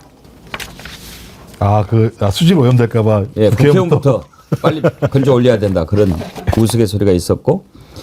CSS님, 대선 출마 빌드업 중 그러셨는데. 김건희 정치하려고 하는 것 같은 느낌도 있기는 있어요. 다음번에 국회의원 출마합니까? 근데 뭐 제가 볼 때 국립학교를 들어갈 것 같고요. 그 다음에는 사면복권이 안 될 가능성이 되게 너무 높기 때문에 제가 나오고 싶어도 나올 수 없을 것 같다라고 하는 이런 생각이 드는데요. 학력 위조하니까 국립학교도 한번 좀 들어갈 필요도 있는 거죠. 그러면 거기는 공인되잖아요, 학력이. 그렇죠. 체험도 해봐야죠, 그런 데는. 네, 좋은 학교니까. 거기 갔다 오면 사람들도 좋아지고 그러잖아요. 밥도 줘요. 밥도 주고. 그럼요. 네. 운동도 시키고. 그럼요. 예. 에어컨이 좀 없는 게 좀 문제이긴 합니다만. 그래서 이런저런 거 지금 아마 김건희 관련돼서 특검법 만들려면 이거 계속 수정 증거판 나와야 될 겁니다. 하루 지나면 또 나오고 하루 지나면 또 나오고 이건 뭐 맨 처음에 도이치모터스로 시작됐는데 도이치모터스 주가 조작 사건이 이제 완전히 삼국유사 돼버렸어요. 그대로 나오는 지금 새로운 버전이 얼마나 많습니까? 지난번에 통과시킨 것만 해도 지금 가까스로 총선 개입, 공천 개입 의혹 집어넣는데 이제 또 용산 대통령실 관저 이전 공사 개입 의혹 또 집어내야 되니까 그런데 그렇게 새로운 것이 계속 나오니까 나중에 다 종합판으로 특검법 만드는 게 어때? 이렇게 해서 상정을 안 하면 몰라도 뭐 지금 의료 대란 이게 너무 시급하니까 그것 때문에 상정을 안 한다라고 하니까 법사위에서 애써서 통과시켜가지고 추석 전에 이걸 통과시키려고 그랬는데 못하게 됐다고 지금 우원식 국회의장을 향해서 아주 원성이 빗발칩니다. 이 내용 잠깐 다뤄보죠. 대화 협력의 분위기가 단절되지 않도록 야당이 법안 처리 시기를 조금 유연하게 하는 것이 국민의 기대에 부응하는 길이라 생각합니다. 매우 당황스럽고 경악스럽기까지 합니다. 의장님도 의장님이기 전에 한 명의 국회의원입니다. 김종원 원장님, 지금 국민들의 감정을 생각하면 우원식 의장이 조금 다르게 생각하는 게 더 좋지 않았을까 싶은데요. 그러니까 지금 어젠가요? 오늘인가요? 그 장성철 그 평론가가 예. 뉴스토마토 기자랑 통화를 했는데 추석이 지나고 나면 더 큰 게 나올 가능성이 높다라고 얘기를 했어요. 김건희 관련? 네네, 그렇죠. 아, 예. 그래서 그게 뭐냐? 했더니 제가 그건 얘기할 수가 없다. 근데 텔레그램 이상인 것 같다라고 얘기를 했어요. 이제 그렇게 되면 더 명백해지는 거겠죠. 그러면 명백해졌다면 이런 문제에 대해서 국회가 소위 기존에 있는 검찰이나 경찰로 안 되는 거니까 특검을 통해서 해결해야 된다라고 하는 여론이 더 높아지겠죠. 전 당연히 그러면 우원식 국회의장의 이번 판단에 대해서 국민들이 좋아할 턱이 없겠죠. 저는 뭐 이유는 알겠어요. 여야 그다음에 의정이 모여서 소위 국민들이 지금 자신의 건강과 생명에 대해서 위협을 느끼고 불안을 느끼고 있으니 여기에 집중해야 된다라고 본인은 얘기할 수 있을지 모르겠습니다만, 근데 이 원인을 누가 제공했습니까? 정부가 제공한 거 아닙니까? 근데 왜 이거에 대해서 국회가 책임을 져야 되는지 잘 모르겠어요. 국민들이 예를 들면 이 특검법안 본회의 상정해서 통과시키면 야, 민주당 뭔 짓이야? 왜 이런 짓을 했어? 라고 불만을 표출할까요? 분노할까요? 아, 그렇게 분노를 했는데 갤럽 여론조사에서 국정운영 지지율이 20%밖에 안 나올까요? 저는 이상하게 국회의장만 되시면 그 관례적으로 좀 중립성, 착하게 보이기, 중간에 서기 이런 생각들을 가지고 있는 것 같아요. 국회의장은요, 국민을 위해 존재하는 겁니다. 여야의 중간에 서가지고 지렛대처럼 왔다 갔다 하라는 얘기가 아니거든요. 그러니까 알겠습니다. 의료대란은 알겠습니다만 굳이 이런 문제의 원인을 제공한 사람들에게 용서해주는 듯한 형태의 중재안이라고 얘기하는 거. 그리고 또 중재안을 얘기하더라도 그런 말씀 하셨어야 돼요. 19일 날 무조건 예를 들면 올릴 거야, 본회의에. 그 얘기도 아니에요. 여야가 그때까지 합의해달라고 또 얘기를 해요. 저는 이건 제가 볼 때는 지금 사태를 일반적인 사태로 상황으로 보는 것 같다. 지금 상황은 제가 볼 땐 일반적이지 않다. 그런 의미에서 우원식 국회의장도 다시 한번 본인이 최다선이지만 국민의 분노가 어디에 있는지, 그리고 지금 정부가 얼마나 나쁜 짓을 하고 있는지, 대통령 내외가 얼마나 큰 문제인지에 대해서 더 깊숙이 고민해 보셔야 한다고 생각합니다. 김유정 의원님은 어떻게 보세요? 결과적으로는 이제 박찬대 원내대표도 그렇고 해서 19일 날 다 처리를 하기로 결론은 됐죠, 그렇게. 그런데 저는 조금 굉장히 좀 뜻밖이었던 장면이 뭐냐면은 이거를 이제 안건조정위원회까지 열어가지고 법사위에서 다 통과를 시켰어요. 안건조정위원은 최연장자가 하니까 이제 박지원 의원이 안건조정위원장이잖아요. 그래서 다 통과를 시키고 그 안건조정위원회 열어달라고 요청한 것도 국민의힘이에요, 또. 안건조정위원회. 그러니까 절차상으로 아무 문제가 없이 잘 처리가 된 거죠. 근데 국회의장이 이를테면 여야 원내대표랑 같이 불러가지고 뭐 협의를 하건 협상하건 이런 식의 어떤 과정이 더 필요했던 게 아닌가 싶은데 왜 본인 기자회견을 하시죠? 그러게요. 그러니까 저는 그 장면이 좀 도저히 이해가 안 돼요. 그러니까 본인이 본인 정치하시는 것 같다는 느낌이 좀 확 들었거든요. 그러니까 불러서 이렇게까지 해서 안건조정에서 넘어왔으니 이거는 반드시 해야 될 것 같다. 여야 의정 협의체도 중요하지만 또 이것과 이거는 또 별개의 문제 아니냐라고 뭔가 설득을 하다가 도저히 안 되겠으면 뭔가 다른 방법 이렇게 할 수 있지만 국회의장이 왜 본인이 기자회견을 자청해서 그걸 하면서 이거 19일 날 할게요라고 하는 그 장면도 굉장히 생소했거든요. 근데 나중에 이제 박찬대 원내대표가 미리 뭐 우리랑 좀 얘기가 된 거고 양해를 한 거다. 19일 날 하기로 했다라고 얘기를 했습니다마는 그래도 법사위에 서둘러서 이렇게 통과시킨 거에 대해서 국회의장이 이런 모습 보니까 진짜 황당하죠, 좀. 굉장히 속상하죠. 안 그렇겠습니까? 우리 애청자님들 대단하세요. 김정숙님. 휴머라서 쉬고 싶은가 보네. 부산이대님, 필리버스터면 의장도 연휴에 국회 나와야 되니까 추석 이후로 연기하는 꼼수를 부린 것 같습니다라고 하는데. 왜냐하면 또 주호영 부의장을 안 한다고 하니까. 그렇죠. 그럼 한 15일까지 해야 되거든요. 지난번에 너무 연금을 봐가지고 그랬을 수도. 그러니까 제일 중요한 건요, 국민의 분노의 깊이를 잘 모르는 것 같아요. 그러니까 어느 순간, 그러니까 여의도에 있으면 국민의 분노를 직접적으로 느끼지 못하게 되는 상황들이 발생을 하게 되고, 또 하나는 인프라가 좋긴 해요. 그 의원 하셨으니까 알겠습니다만 소위 이 현장에서 느끼고 있는 민생의 어떤 힘겨움 또는 분노의 깊음보다는 여의도가 사이에 강이 있어서 그런지 모르겠습니다만 그걸 잘 못 느끼는 경우들이 있는데, 저 밖으로 나오세요. 밖으로 나와서 느껴보십시오. 느껴보시면 야, 이 문제를 하루라도 빨리 문제를 해결하는 것이 국민의 고통을 덜어주는 것이고 국민의 분노를 삭혀주는 거라는 생각이 분명히 들기 때문에 안에 계시지 마십시오. 국회의장도 마찬가지입니다만. 밖으로 나오십시오. 물론 의료 대란이 심각한 상황이기는 합니다. 어제도 참 걱정을 많이 했는데 방금 속보가 하나 들어왔는데요. 일주일 전이죠. 광주 조선대학교 안에서 심정지 상태로 발견됐던 20대 여대생 있잖아요. 네. 예. 결국 숨졌네요. 아이고. 그러니까 그때 이제 학교 벤치에서 심정지 상태였는데 학교 아니잖아요. 조선대학교 바로 병원이 옆에 있으니까 응급실에 갔는데 못 받는 거예요. 그 말이 돼요? 그래가지고 전남대학교 응급실로 갔는데 의식불명 상태에 빠졌고 결국 일주일 만인 어제 숨을 거뒀다라고 하는데 어떻게 이런 일이 일어나는 세상이 됐습니까? 아니 이러고 이런 상황이 이렇게 지금 벌어지고 있는데도 총리가 큰 소리 치지 않습니까? 그런 거 다 가짜 뉴스라고. 거기다 또 70대 세종시에 계신 70대 분 같은 경우도 계단에서 넘어지셔가지고 의식불명이 됐는데 세종시에 있는 유일한 응급센터가 문을 닫는 바람에 막 돌아다니시다가 지금 일주일째 지금 의식불명 상태에 계시는 경우가 있어요. 이런 일이 계속 앞으로 발생할 수밖에 없고요. 더 중요한 문제는 의사분들 얘기하는 건 명절이 중요한 게 아니라는 얘기를 하더라고요. 명절이 지나고 난 다음이 더 큰 문제다. 왜냐하면 배우 소위 치료 체계가 다 무너졌기 때문에 이런 말씀을 하셔서 답답합니다, 진짜. 그러니까 응급실이 문제가 아니다. 중환자실 그다음에 이제 일반 수술하는 거 다 도미노다 이거는 그런 우려를 하더라고요. 서울대 방재승 교수 같은 경우에는 의대 교수인데 그래서 그 서울대 의대에도 이제 비대위가 꾸려져서 이런 걱정들을 하고 있는데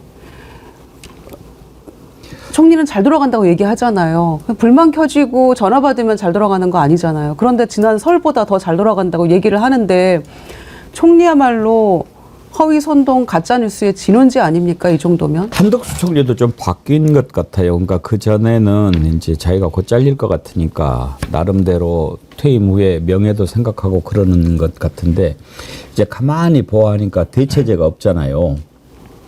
아 이거 계속 해먹게 생겼구나. 지난번에 제시님도 확실하게 받았지 않습니까? 그러니까요. 아니 뭐 지금 다른 사람 예를 들어서 이건 민주당이 동의 안 해주면 총리 못 되는 거 아니에요. 국회 동의를 받아야 되니까 총리는. 그러면 민주당이 동의할 만한 인사는 총리 해달라고 해도 윤석열한테 가서 일을 안 할 거고 윤석열이 시키고 싶은 사람은 국민이 동의해 줄 만한 사람은 없을 거고 그러니 뭐 계속 가는 거죠 뭐. 아니 사표를 냈잖아요, 본인이. 그렇죠. 본인이 사표를 냈죠. 그러면 그 이후에 사표를 대통령이 걷어들였으면 일을 잘해야 되는데 지지율은 지금 20%로 곤두박질 치고 있는 상황이잖아요. 그럼 사표 또 내야 되는 거 아니에요? 한덕수 총리는? 얼마나 총리 복이 대단한 사람인지 아십니까? 제가 노무현 예언합니다. 아니요. 아니, 지금. 총리 2번 하는 것도 총리 네. 복인데 대통령보다 더 총리를 오래 할 사람입니다. 무슨 뜻인지 알겠습니다. 그 그러니- 탄을 말씀하시는 거죠? 그러니 총리 복을 이건 완전히 따따블로 타고난 사람이에요. 와, 권한대행도 할 수 있겠네요. 아까 뭐라고? 아무 가만히 있으면 되는데 가만히 있으면 되는데 자꾸만 뭘 그렇게 말할라 그래 이렇게. 입을 닫겠습니다. 기억이 안 납니다.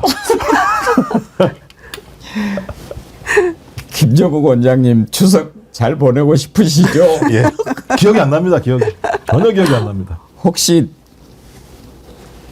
어둡고 차디찬 곳에서 보내고 싶습니까? 기억이 안 난다니까요. 아니 이제 추석 딱 지나고 19일 날 대통령 체코 가는 거잖아요. 근데 이제 그날 뭐 뭔가 어마어마한 게 나올 수 있다. 특히 공천계획 관련한 근데 그게 뉴스토마토에서 나올 거다 이런 얘기 했잖아요. 근데 그 전에 해야 되는 거죠. 뉴스토마토 압수색하고 이러는 거 아니지? 이런 걱정을 하는 그런 나라가 돼버렸어요. 쉿할 게 하나 더 있어요. 지금 이제 체코 가는데 이번에 원전 그것 때문에 이제 가는 거 원전 아니겠어요? 세일즈, 예. 그런데 지난번에 전문가하고 얘기하는데 이거는 완전히 우리가 지금 큰일 날 수도 있다는 거예요. 완전 손해볼 수 있다는 전문가가 얘기를 하더라고요. 그 얘기를 듣고 보니까 이거 기뻐할 일이 아니구나 싶은데 제가 아까 김종 원장님한테 체코 처음 가보는 걸까요? 그랬는데 댓글들이 막 올라오는데 양모 씨랑 같이 간 것이 그 전에 다 이렇게 나왔다고 그때 체코를 갔다고 그래요? 그러네. 그죠. 그 체코 프라하는 남녀가 좀 많이 가는 경우도 그럼 추억 있죠. 여행일까요? 기억이 안 납니다. 차디찬 어두운 저는 별로 좋아하지 않습니다.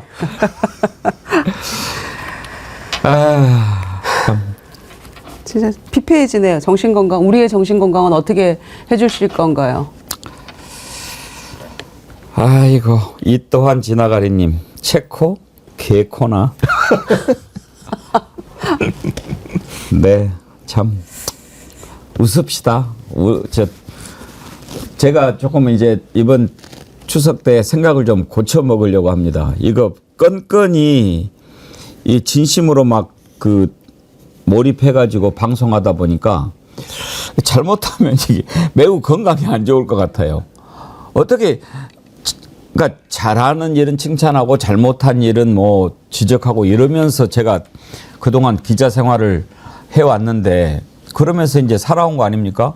근데 날마다 화내고 어떻게 사람이 제대로 살 수 있겠어요. 근데 그렇게 되니까 이거 이렇게 가다가는 제가 안 될 것 같아서 이제는 좀 내려놓고 어차피 이제 다 심판받게 돼 있으니까 좀 그렇게 해야 될 것 같아요. 아니 관저와 우리가 아까 얘기했잖아요. 근데 불현듯 생각났던 게 누가 나와서 그 얘기를 했는지 제가 생각이 안 나는데요. 그때 문재인 정권에서 그거 말이야 예산 그거 안 줬으면 우리가 안 옮겼을 거 아니냐라고 큰 소리 지르는 사람이 있었거든요. 연동하네. 와, 진짜 제가 완전히 가슴이 탁 막혀가지고 그때 달려가고 싶더라고요. 방송사로. 그 사람이 누군지 제가 지금 기억을 해내야 될 것 같아요. 이제는 그런 얘기를 만약에 누가 하면은 귀를 막으세요. 이제 지금은 가슴이 탁 막혀도 위험해요. 병원에도 못 가. 아, 진짜. 와, 이제 역대급 발언이었어요. 마무리가 될 거라고 생각해서 저도 한번 인사 한번 드려. 정어리 언 여러분 추석 명절 잘 보내시고 다치지 마십시오. 아프지 마십시오. 인사는 드려야 될 것 같아서 네. 명절 근데 인사는. 진짜 가슴 아픈 인사예요. 어떻게 아프지 말라는 게 우리 정어리 언들 그 운동이에요. 운동. 저 아프지 말라는 운동. 네. 어디 아프지 마시고 생선 조심하시고 벌초하지 마시고 이게 지금 인사더라고요. 그러니까요. 벌초하다가 그거 한번 노래 불러주죠. 자이언티 저번 주처럼. 이재명 대표가 그렇게 얘기하대요. 그 안동이잖아요, 고향이. 거기에서는 땡삐라고 한다는 거예요. 그 저 땅벌을. 땅볼을. 땡삐. 예. 그런데 벌초할 때 제일로 무서운 게 이제 땡삐가 와서 이제 쏘는 건데 걱정이 되는 게 이번에도 벌초하다가 땡삐에 쏘이면 어떻게 하나.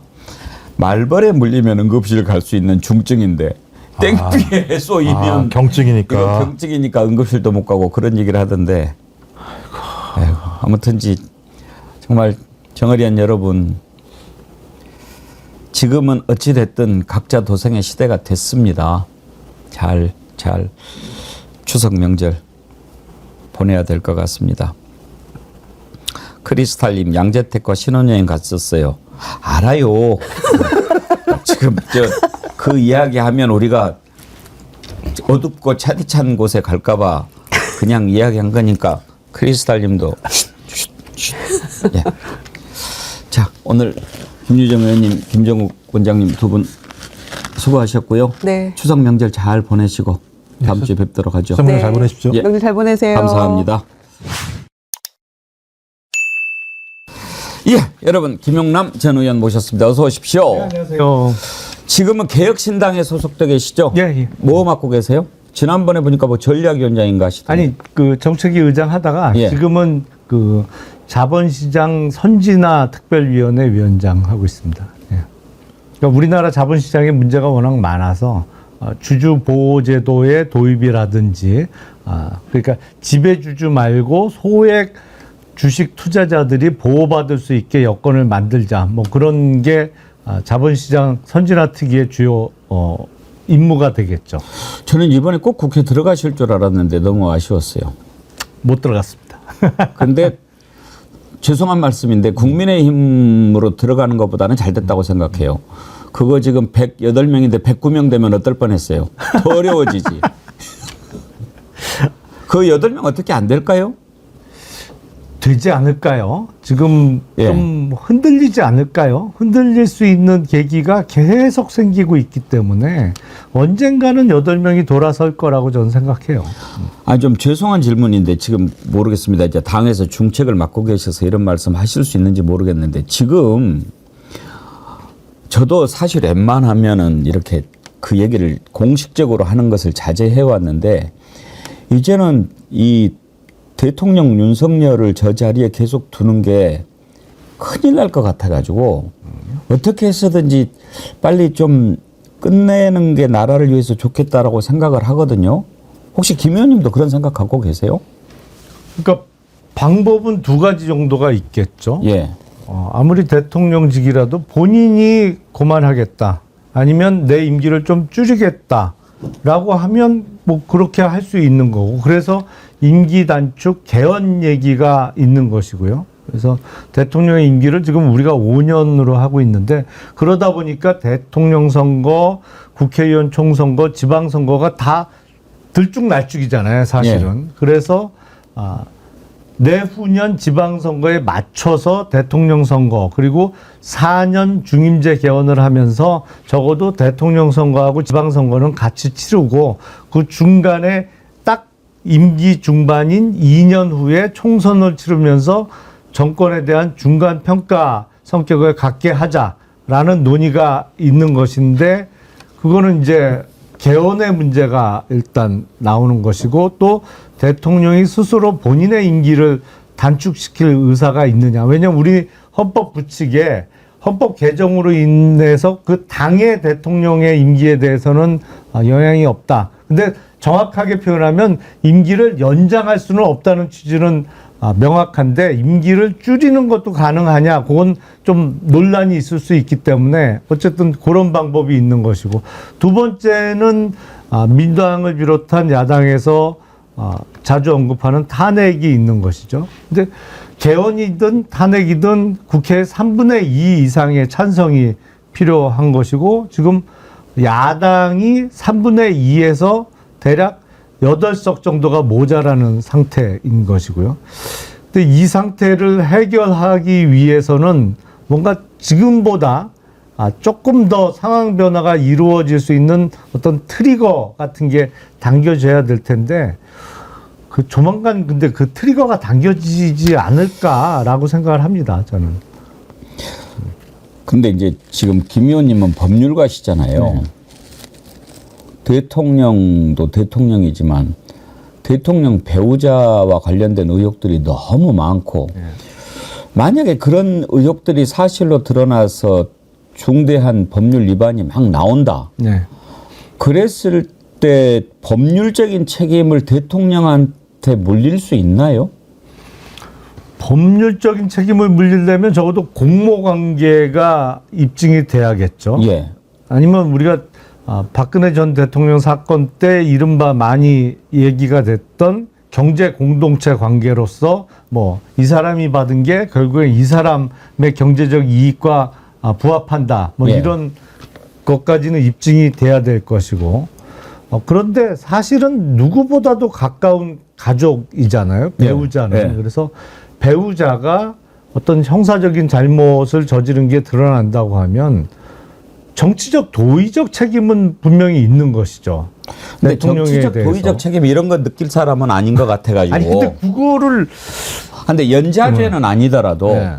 최소한도 이게 일반 사람들의 단순한 부부관계가 아니고 최고 권력자지 않습니까? 네. 그러면은 어떤 잘못을 저질렀을 때 그 부분에 대해서 제대로 수사를 해야 되는데 비호를 하고 또 못하게 막고 뭐 이런 것들이 드러나면 그건 법률 위반 아닌가요? 그렇죠. 네. 그거는 그야말로 그 부분이 드러나면 원래 잘못한 거에는 공모관계가 없더라도 배우자의 잘못된 사건에 대해서 수사를 못하게 방해를 했거나 뭐 막았거나 그러면 그건 직권남용이죠. 똑 떨어지는 직권남용이죠. 그렇죠. 예.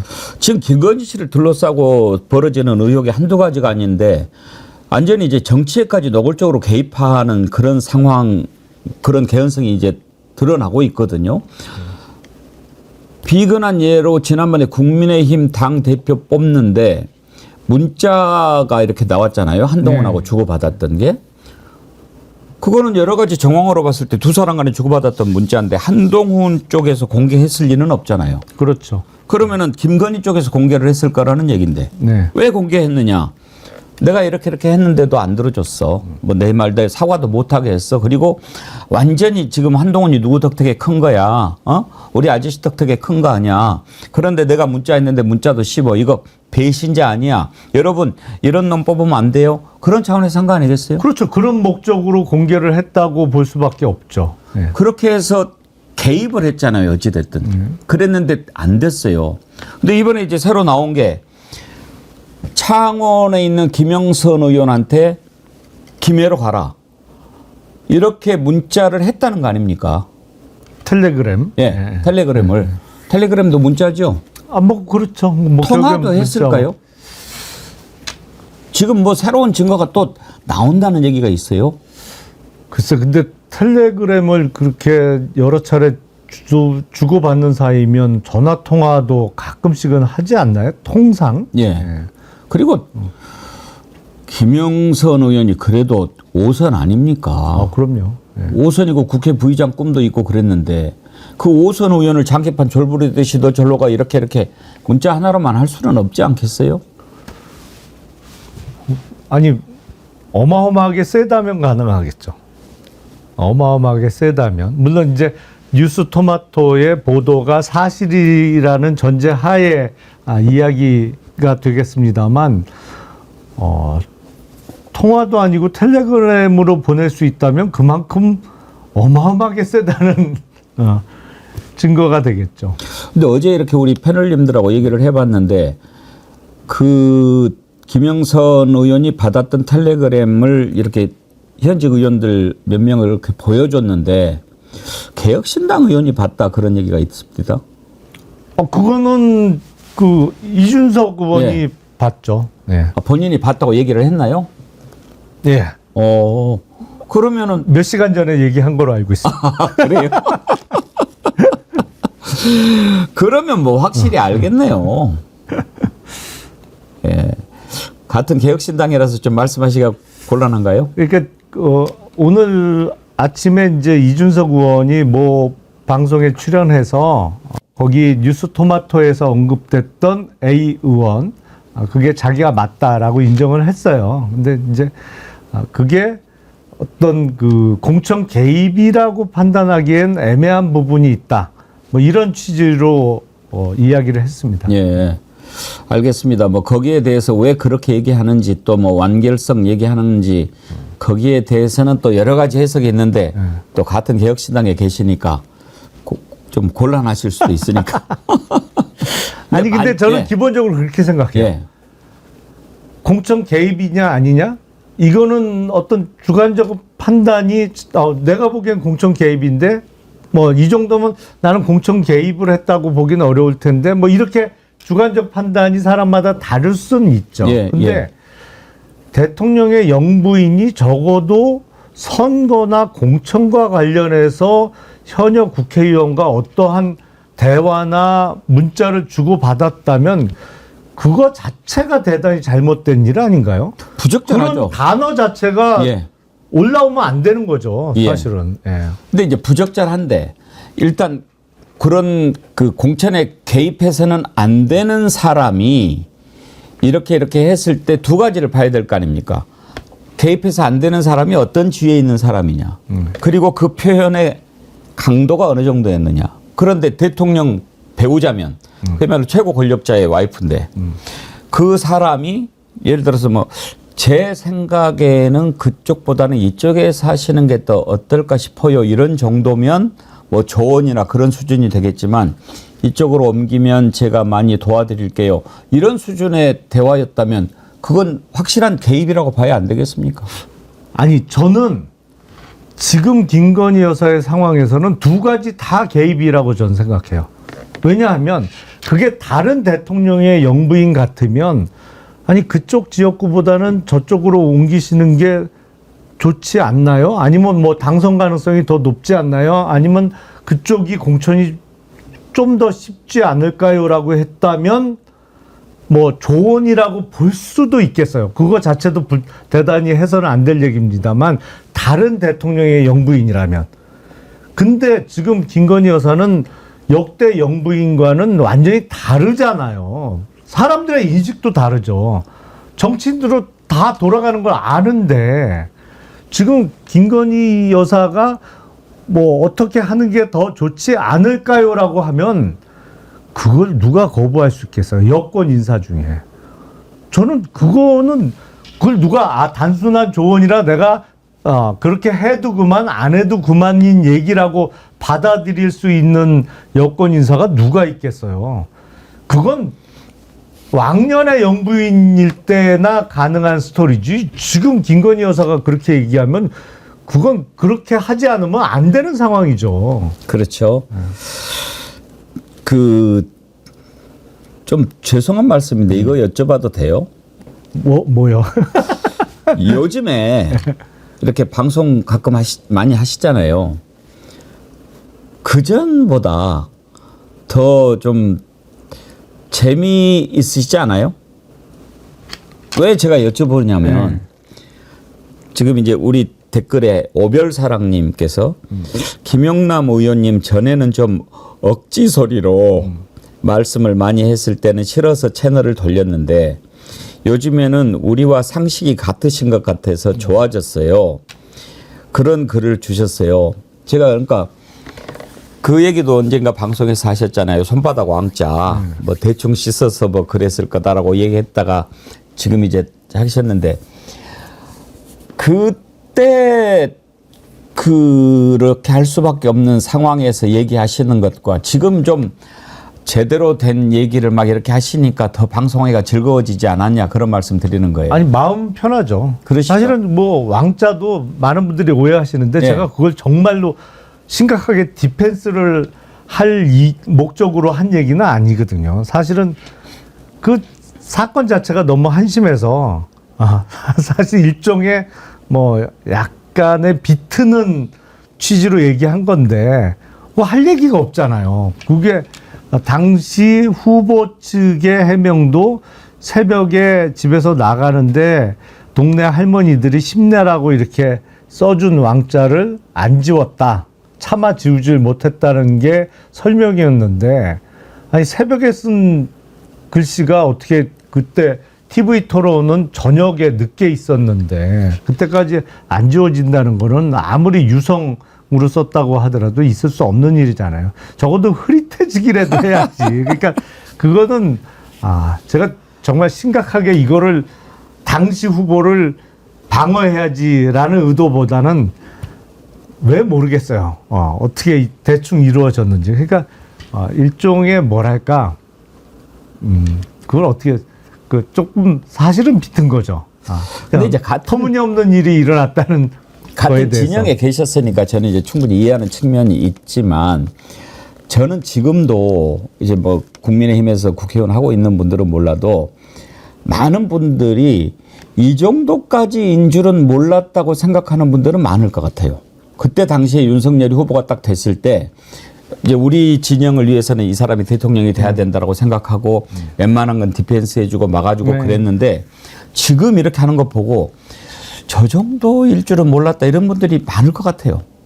저도 그러니까요. 그러시죠? 사실은 저는 뭐 20 몇 년 전이죠. 뭐 같이 근무한 적도 있고 당시 검찰청에서 하신 적도 있나요? 그때 그 김대중 정부 시절에 광주지검에서 같이 근무했었습니다. 그러셨군요. 그러니까 검사 윤석열을 오래전부터 봤던 사람이고 해서 그 간단하게 설명드리면 이렇게 못할 줄은 몰랐어요. 정말로.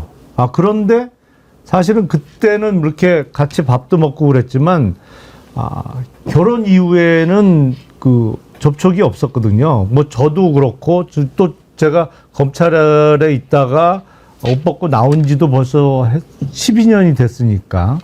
그러니까 별로 접촉이 없었는데 제가 보기엔 그 결혼 이후에 많이 바뀐 게 아닌가? 아, 설마 그때 보던 그 검사 윤석열이 지금 맞나? 라는 생각도 들어요. 그러니까.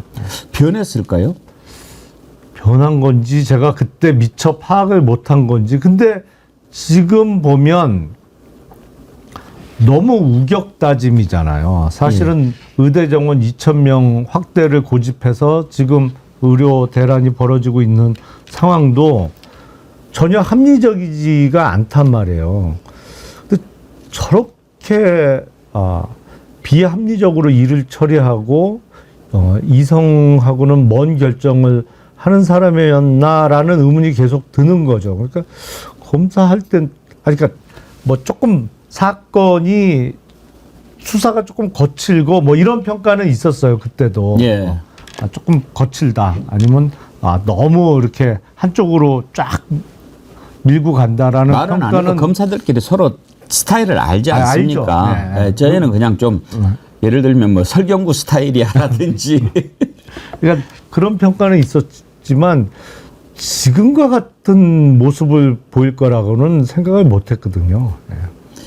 아무튼 지금 뭐 너무 이제 걱정이 될 정도가 그러는데 감사원에서 발표한 거 보면 정말 기함을 할 정도인데 네. 의원님은 이거 감사원 결과 보고 어떤 생각이 드셨어요? 제가 조금 전에 모 방송에서 그 말씀을 드리고 왔는데 예. 그 주도한 업체가 21g이잖아요. 주식회사 21g. 근데 그 회사명을 제가 보고 처음에 드는 생각이 이게 영혼에 무게가 있다라고 주장하는 사람들이 사람의 영혼의 무게가 21g이라는 주장을 하거든요. 그 21g이 영혼의 무게라고 하는 것을 김 의원님은 진작에 알고 계셨던 거예요? 예.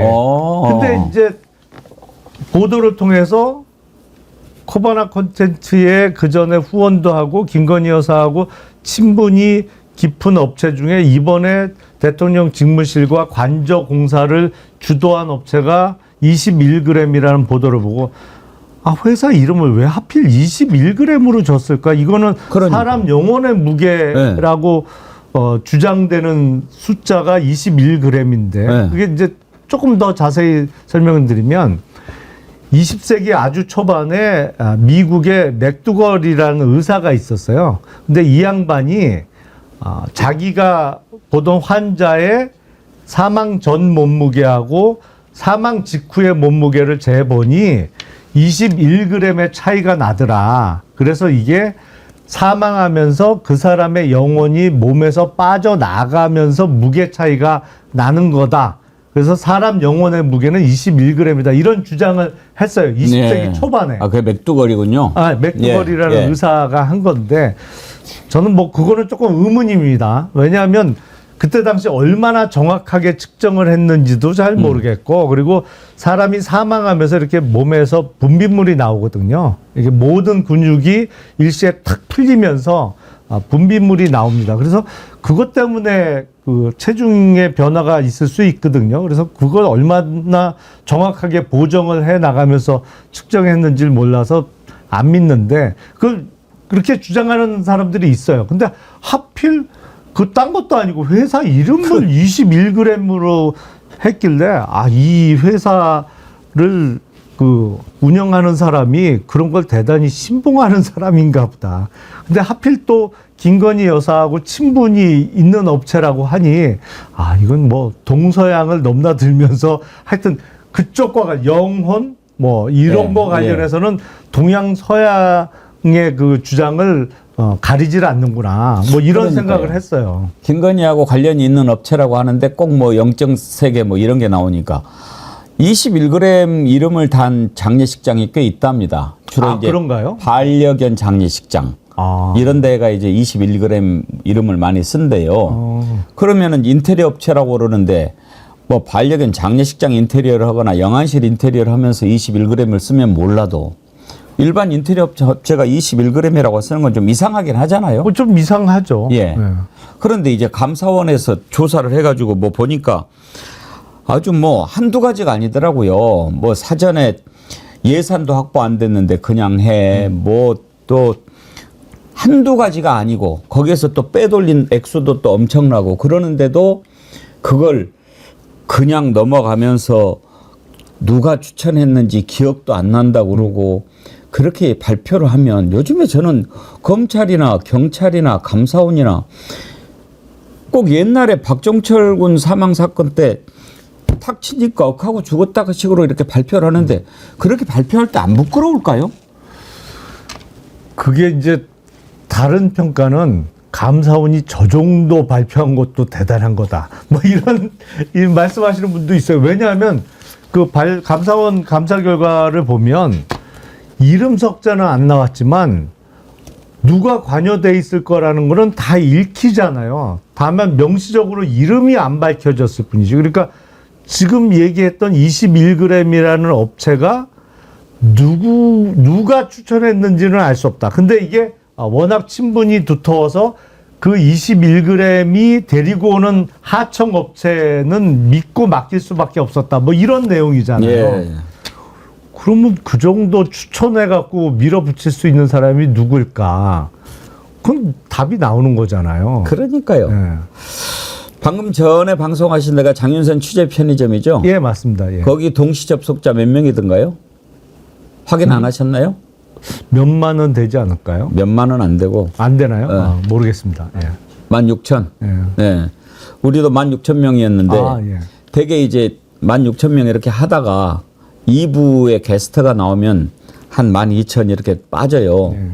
무슨 말씀 드리려고 하냐면 지금도 16,000 가까이 되는데 우리 애청자 이은주 님이 간만에 2부 동접자 15,000명 이상이 계속 유지되는 걸로 봐서 우리 애청자님들의 기대가 큰 것 같습니다. 네. 김용남 의원님 뭔가 큰 거 한 방 터뜨려 주셔야 되겠는데요.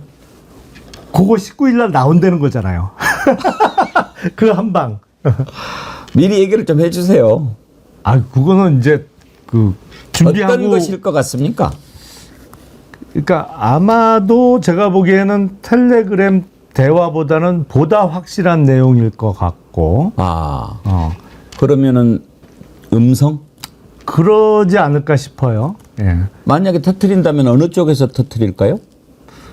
제보를 아니 저 김영선 의원 쪽에 사진은 않을 거 아니에요. 그렇죠. 그건 아니죠. 김영선 의원은 지금 부인하는 상황이니까. 예. 그러니까 그 부인하고 뭐 저 문자 받은 적도 없다 이렇게까지 얘기했죠. 예. 근데 전혀 그 연락한 말이 적이 거짓이라고 하는 증거가 나올 거라는 거잖아요. 아니 그거하고는 조금 각도는 다른 내용인데 뭐 중요 인물은 여지없이 등장할 것으로 보입니다. 예. 또 다른 대입 의혹일까요? 뭐 여러 가지 내용이 들어 있는 것으로 알고 있어요. 뉴스토마토 쪽에서 그러면은 공개를 한다고 그럽니까? 뭐 하여튼 지금 뉴스토마토가 가장 선도적으로 잘 치고 나가고 있죠. 네. 뉴스토마토가 제대로 증거를 확보 안 하면 절단 날걸요. 지금 뭐 서울의 소리라든지 이렇게 당하는 거 보면 네.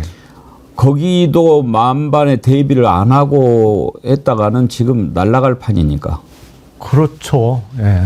근데 어쩌다가 의원님 지금 이 대한민국 이렇게 70년대 그 공포정치 시대로 돌아간 느낌이죠? 그게 불가능할 거라고 생각을 했는데 불가능하지는 않네요. 그러니까 이게 조금이라도 발전을 계속 해 나가는 거잖아요. 그러면서 기본적으로 발전 방향은 정해져 있는 거죠. 국민 개개인의 자유와 권리의 확대.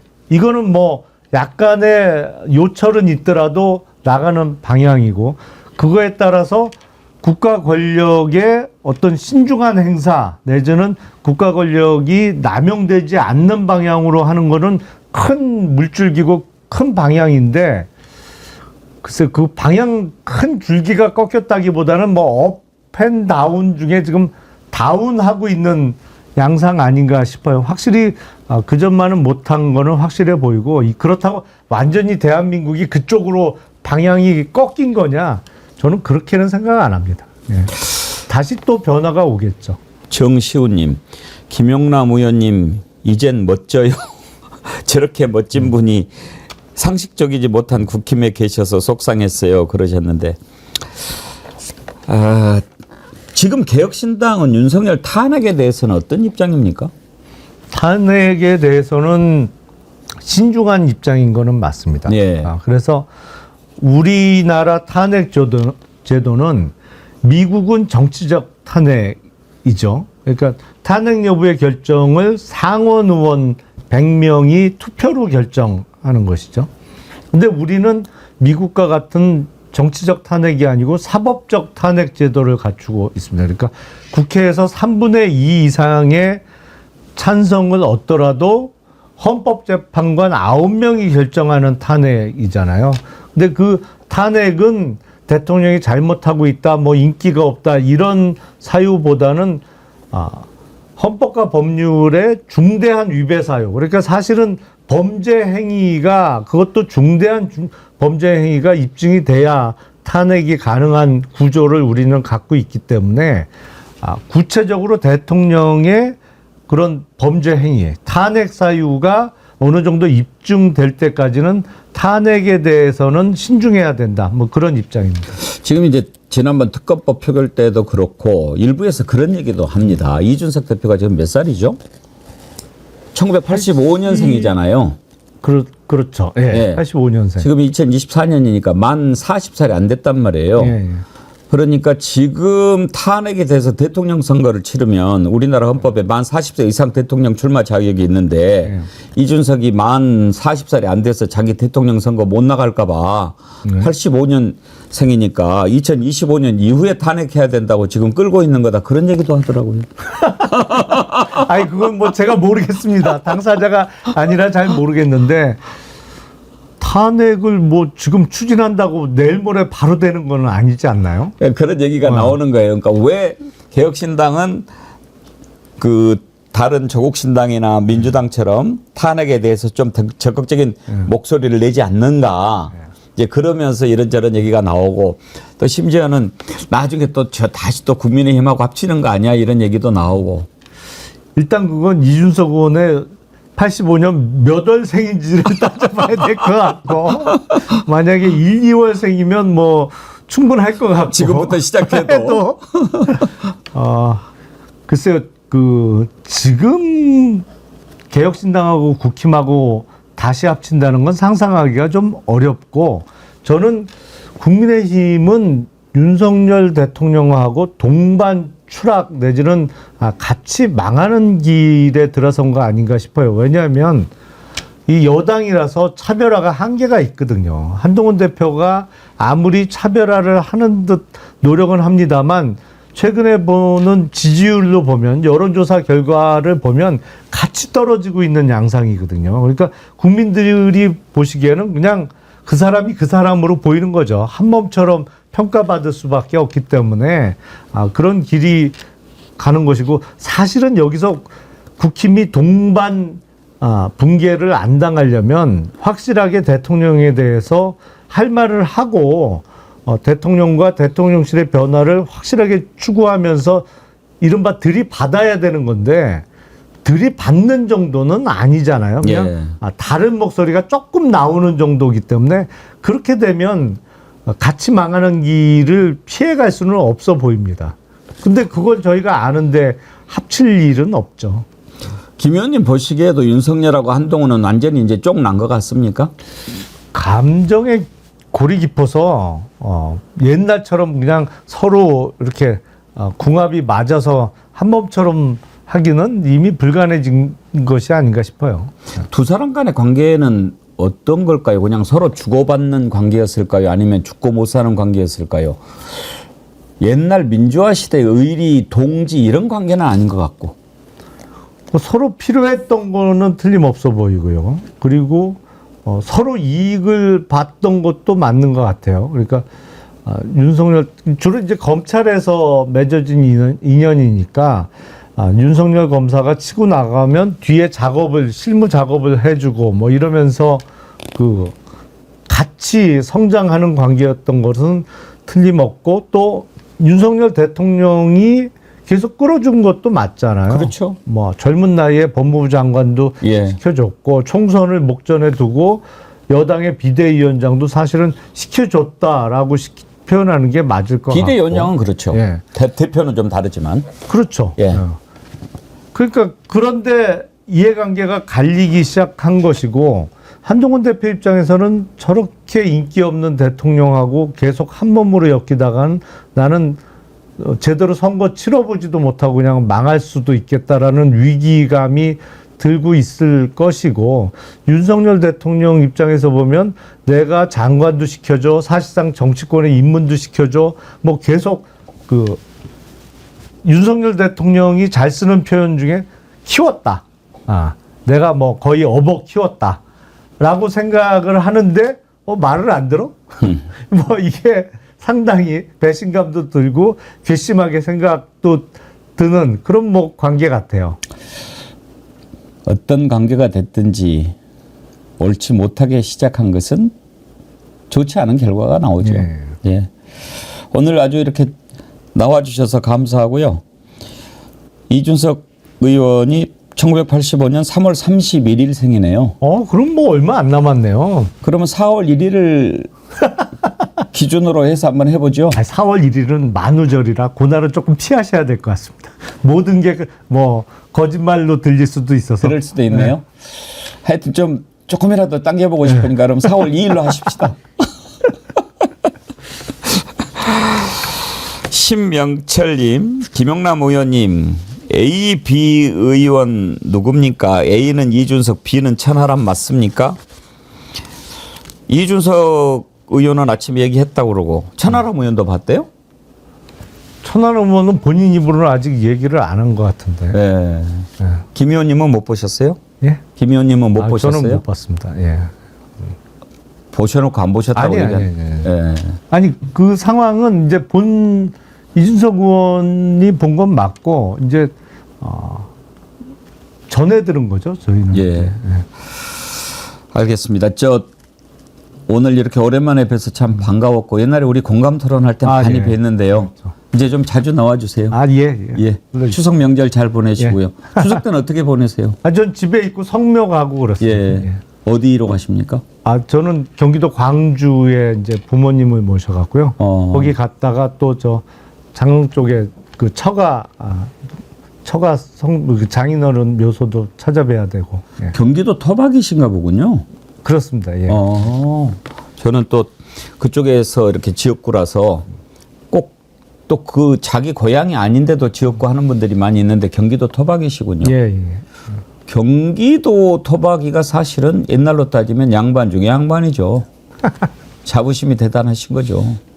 예. 경기도는 인구가 지금 폭발적으로 늘고 있어서 예. 사실은 서울보다도 인구가 지금은 거의 400만 명 정도 많은 단체가 됐죠. 지방자치단체가. 그러면 굳이 국회 다시 저기하지 마시고 이 다음 지방선거 때 경기도지사 나가세요.